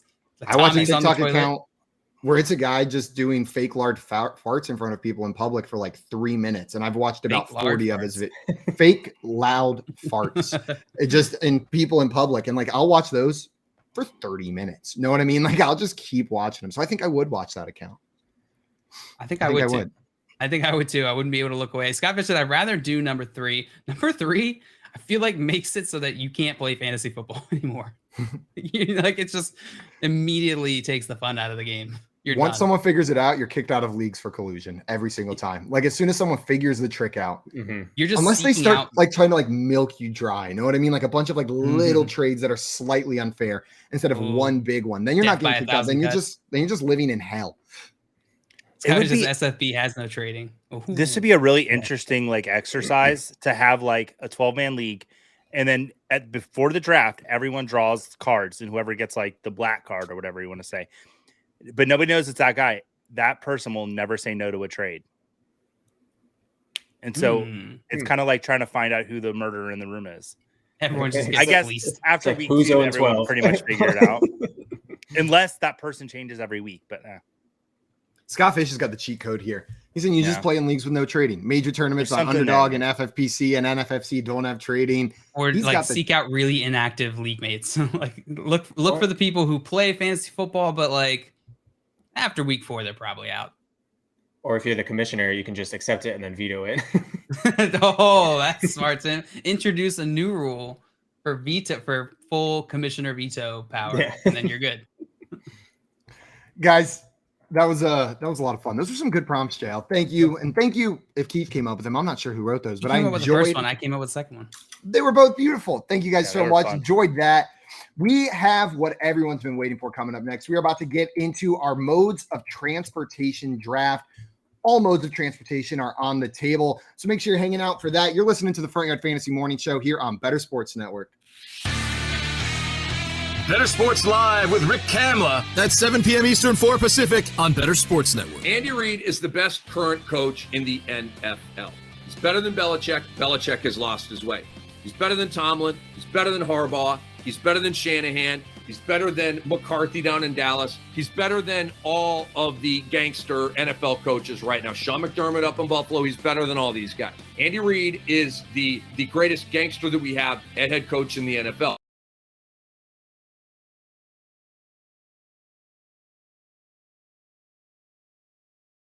Okay, talk to me. Nick Chubb, Sony Michel. Talk to me. DK Metcalf, Debo Samuel versus N'Keal Harry. Okay, talk to me. This dude has lost his way. Remember the year when he should have bottomed out and just tanked, but he couldn't, and he went and got Cam Newton, and they were a mediocre team, right? He's lost his way. And not that he can't coach up a good defense and that kind of thing, but overall, he's lost his way. Andy Reid's an absolute badass. They draft great. He's a great coach. Makes the right decisions, when to go for it, when to kick, when to punt. The guy's the man. The Playbook with Fensty and Ronis, presented by FantasyAlarm.com. I hate the stupid unsportsmanlike conduct. As long as you're not disrespectful to the opponent, you should be allowed to celebrate. How I used to say it, and to bring up, because now basketball story, I'm going to bring up. Oh, dude, it's even worse than basketball, isn't it? So Dikembe Mutombo, who used to get teed up in the 2000s, the 90s, they didn't give a crap. 2000s, though, when they tightened up the rules, they used to tee him up more when he did the Dikembe finger wag. But they wouldn't tee him up if he did it to the crowd instead of looking at like Eton Thomas, like one time I remember, and doing it right to him, or when his back was turned, doing it right to him. If he did it to the crowd, they would never call it. And so that makes me wonder if these players, while, yeah, they want to talk a little smack, maybe they should flex towards the crowd than at the player who they're standing over. I guess. I know again, it's soft, man. It is soft. Because you know what? Like we're gonna give 15 yards for that, bro. They think that, you know, want to know why they're paranoid? They think that's gonna turn into a fight. See, I disagree with that. That's not going to start a fight. I agree with you. They don't agree with It's us. one thing, okay, if you spit in someone's face or say something derogatory, like about their family or something, Right. yeah, that can incite it. But if you're just like, yeah, I made that play, what? You know what I mean? Like, again, they know the rules. You got to know you're going to get flagged. You have to have discipline. But, like, I don't know. I have no problem with celebration as long as it's not disrespectful. What's disrespectful? You know, It's interpretation, and that's my problem. Watch, it's going to cost someone in a big playoff game, and that's when people are going to go crazy. There'll be a third down play. Someone makes a pass breakup, and they're in someone's face. They're going to throw a flag. It'll extend the drive. That team scores, wins the playoff game because of it. You need something drastic for it to really leave an imprint, and I hope that doesn't happen to my team. Better Sports Network is betting, fantasy, collectibles. It's sports talk done better.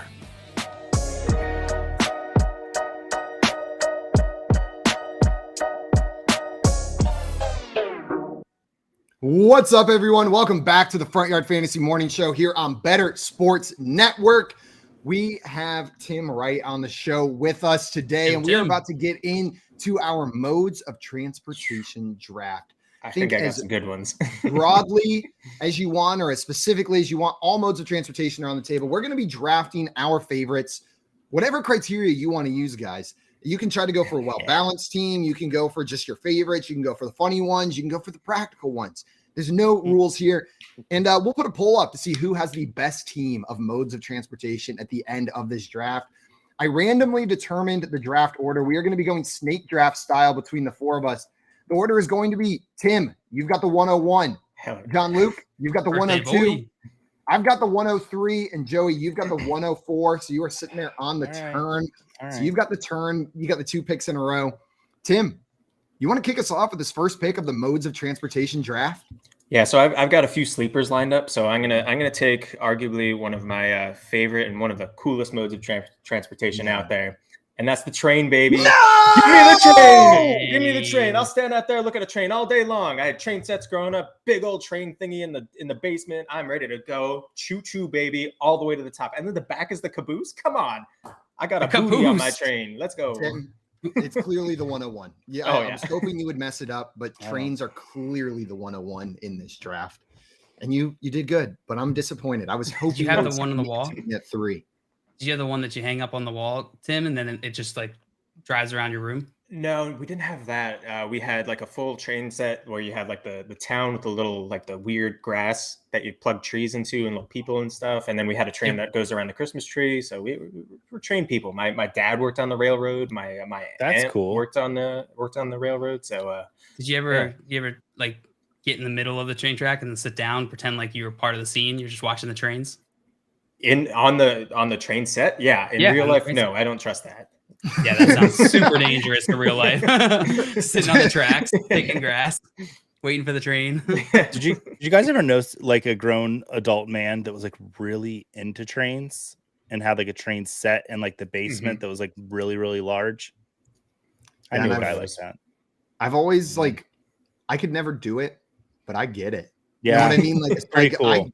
I get it. It's every time I see one, I'm like, oh, that's so cool, but I would never do it. I feel like they all have rough hands. None of them have like nice hands. They're all like pretty true. It's from handling all the little pieces. That was from all the work. I'm very uneasy about this conversation now. JL, you've got the next pick. What are you going with? While trains are sweet, they're not clearly the 101 for me. I'm going to go with planes. Planes are the best. Planes get you pretty much everywhere except space. Which you could argue a rocket's just a cool plane. When you could argue a plane's just a cool car. But I'm not going to make that argument. and you could argue that a car is just a cool horse. 100%. Well, JL, good pick. Practical. Both of you guys went with very practical answers here, but I am now. What's up, JL? I was going to say, before we get into the next one, there were some questions that we didn't hit. You want to hit those real quick? Let's hit them. All right. Nick in here. What up, Nick? Said Donovan Peoples-Jones or Devontae Smith for my flex this week. What do you guys think about that one? Give him a Devontae Smith for me. Yeah, I think it's going to be Devontae Smith for me as well. I don't mind Donovan Peoples-Jones as a start, but he's a tier below for me. Yeah, that game being moved definitely helps DPJ this week, but I am with you guys. It's Devontae Smith. This is a comment from the Hypothetically. Alex Smith here said, "No chance my little legs jump over the dog, let alone a person." I feel like I could confidently hurdle a dog. If the dog doesn't try to, like, a dog's gonna be like, "What the hell are you doing?" And that dog's jumping. That dog's jumping. No way the dog's gonna let you hurdle. But if I jump near my dog jumps too 100% of the time. He's like, "Oh, we're jumping." That's when we were jumping. And Zah had a really cool question in here for us. It said, question for y'all: what was your favorite trade we made this season? What's the favorite trade you made this season? Pull mine up. 4 weeks ago, I traded Benjamin for Justin Fields, and I'm very excited about that trade. Wow. Just had a great game. I needed a quarterback, and he was like my 5th running back. And she no longer talks to me, and I have Justin Fields. Win-win. Beautiful. You said win-win. Two birds, 3 stones. I don't know. I haven't had too many successful trades this season. Like I've had a couple go through, but none that were like league changing for me this year. What about you, JL? Let's see. I had a trade. Joey and I did a trade in one of our dynasty leagues. Let's look at that. Yeah. Because initially I was really happy with the outcome. The outcome I think went in my favor in the beginning of the season, and then it's shifted now because Justin Fields was part of that trade. I'm trying to find it here. Who did I trade for? I want to feel like Dallas Goedert was involved in it. Yeah, I think you got Dallas Goedert. I might have got Goddard and Fields in the conservatory with the lead pipe. With the lead pipe. I remember I was so excited because Dale sent me a message, and it wasn't me instigating the message. It was like him actually reaching out to me, and I was like, I was so excited. And then I was like, Beautiful. trade me your guys. And I was like, oh, he just wants my players. He doesn't want to talk. You pulling up that trade, JL? Yeah, pull it up if you guys want to tell yours. I forget what league was in. Sleepers not make it easy to find old trades. Okay, I got it. It was so this is a dynasty league. It's you start one running back and like 7 flex spots. 12-team industry dynasty league, super flex, and it was Dallas Goedert, Justin Fields, and a 2022 first round. It was the 10th pick in the first round this past year for Tyreek Hill, a first round pick in 2022 and a second round pick in 2022. And I believe the picks ended up being Olave and Breece Hall. Okay, JL, I think that trade works for both of you guys. Yeah. Like that seems like a good trade that went through. Wasn't I taking over a team and like I had like nothing? Yeah. And I needed I didn't have a second quarterback. I got a ton of value. Yeah, it was a really good. It was a good trade all around. I don't mean value from you, but I got a ton of value from Joe Burrow and drafting Joe Burrow and Tua the year before they kind of were popping off. And so Justin Fields was a little bit extra. I don't have a ton of QB depth, but that's probably my favorite trade. Can you look and so see far. who I got with my pick? Are you able to see that? But it'll take me a minute. I got to go to the draft results to find that. I remember this trade. I didn't make a whole lot of trades. When our little Dear Diary section, my next Dear Diary entry was like, make more trades next year. Trading makes fantasy fun. Like, get back to that. I didn't make enough trades this year. Open. Okay. All right. Any other trades, or you guys want to get into the next round here, Simon? Let's get into the next round. Or we're still in the first round, right? First round, yeah. But it is my pick. And How many rounds are we doing? 3 rounds. We'll do 3 rounds of this draft. So you're going to get 3 picks here. Okay. And that is affecting my decision here because I think you guys took the 2 like practical but fun options in planes and trains. Like the next obvious choice would be automobiles, but I don't want to go automobiles. It's kind of boring. What I'm going to go with is arguably the number 1 most fun mode of transportation. Nobody frowns on a jet ski. And jet ski is going to be my first round pick. Shout out Tosh. He said he came up with that. You got to smile on a jet ski. And it's true. You can't ride a jet ski and not smile. So that is going to be my first round pick. It's a good one. Day ruined. There's one freaking mode of transportation that I wanted to leave this draft with, and it was the freaking jet ski, Simon. And I thought, you know what? First round, people aren't going to go jet ski in the first round. I'll get it in the second round. Screw you, man. You had your chance. You could have taken it. That's a lesson, guys. If you're going to play the draft game and wait for people to follow draft your people, you got to be comfortable with not getting them because they can get taken off the board.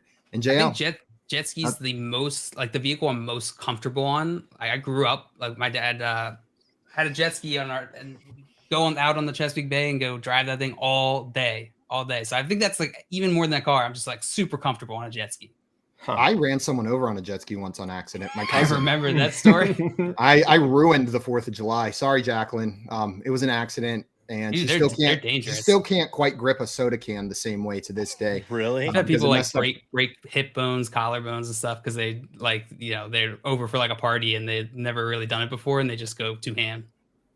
Yeah, like she really can't hold a soda can the same way. Yeah, I'm joking a little bit, but she was pretty mad at me for a while. She couldn't ski because she couldn't hold on to the bar for a while. She got to figure it out. It was truly an accident, though. Sounds like she should have dove.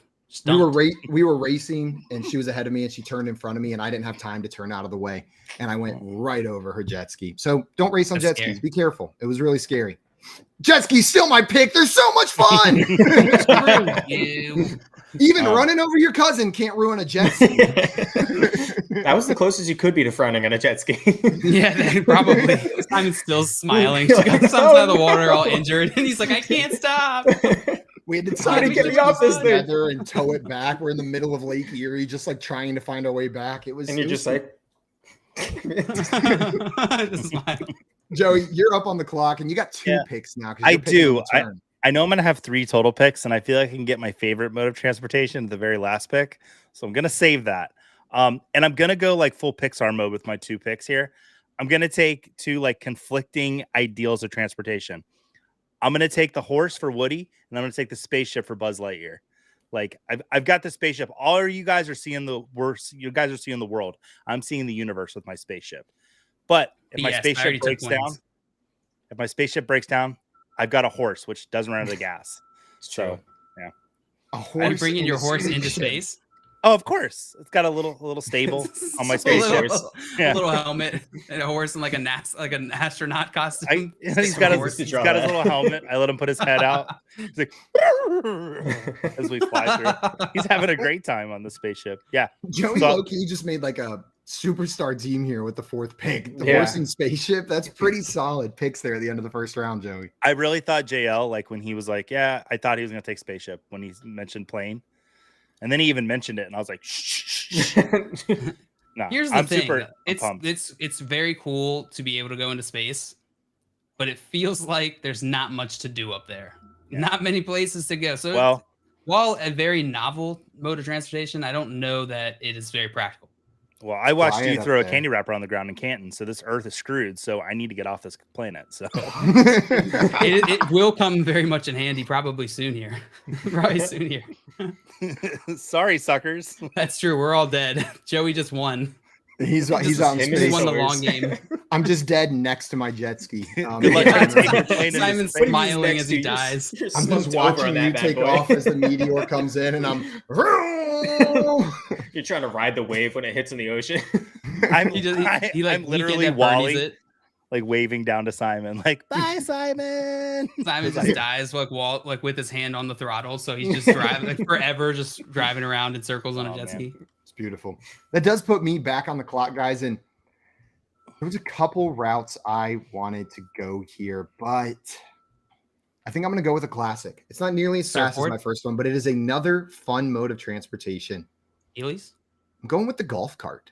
I am adding the golf cart Excellent. to my Excellent. lineup. Yeah. I loved riding around on my neighbor's golf cart whenever I grew up. Whenever I worked at Club Car, I had access to the test track. And let me tell you, those were some fun days at work, taking the golf carts out on the test track where they've got like a burnout pad and they've got like hurdles that you have to go over. I would take the non-off-road golf carts on the off-road section, and you're just like the whole thing's shaking. You feel like you're going to break.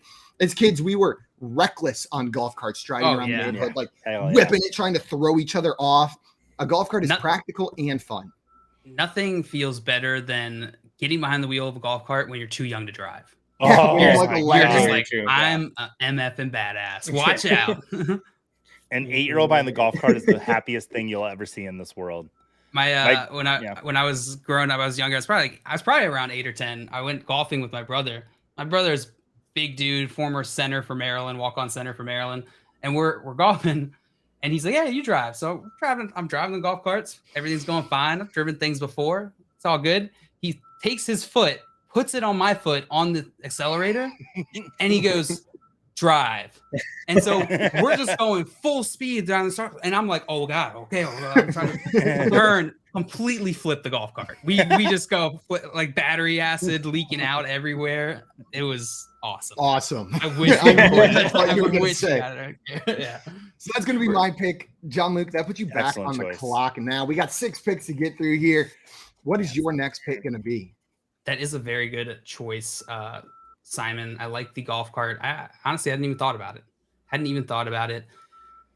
I feel like I should probably go some form of like boat since I missed out on jet ski. Boat sounds pretty cool, but boat it's kind of just like a boring jet ski.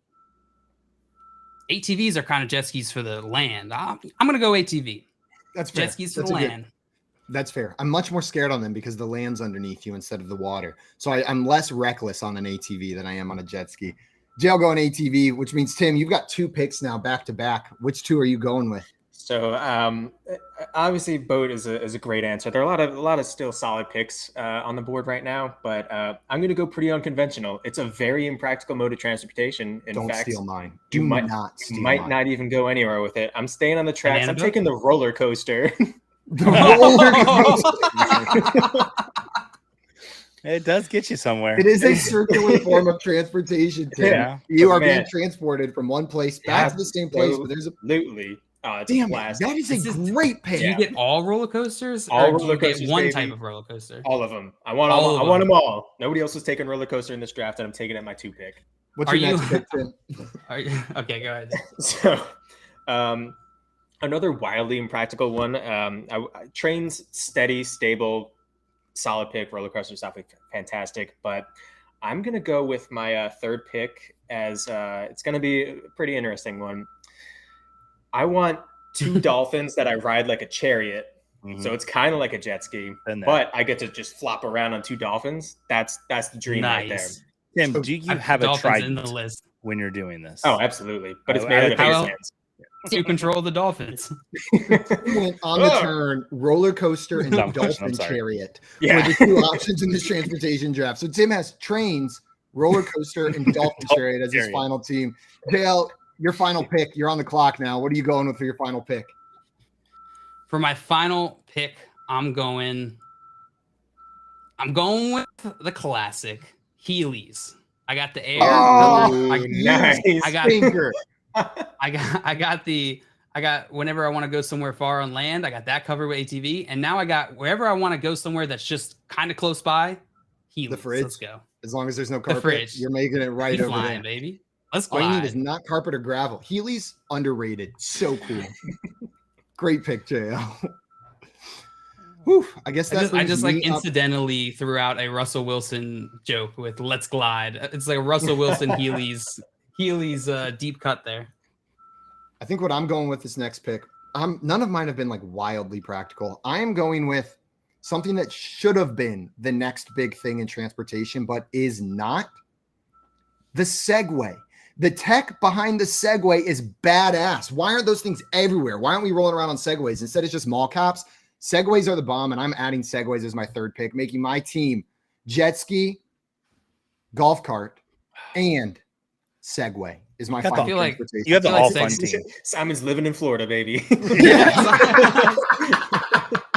That's just default transportation of Florida. You're right. Nailed it. I Can't feel like Segways had some bad luck where they just all like 3 the of those wrong in my people driveway. got Segways too early. Joey, do you know, you've got oh my God, one more pick. I have an incredible fact.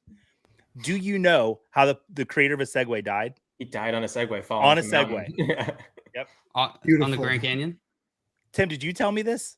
No, but I knew it. Yep. He segued off a mountain. It might have been a canyon. Yeah. That's how Joey, we got to get this last pick in real quick. What is your last pick? I'm going with the happiest mode of transportation, and that's piggyback.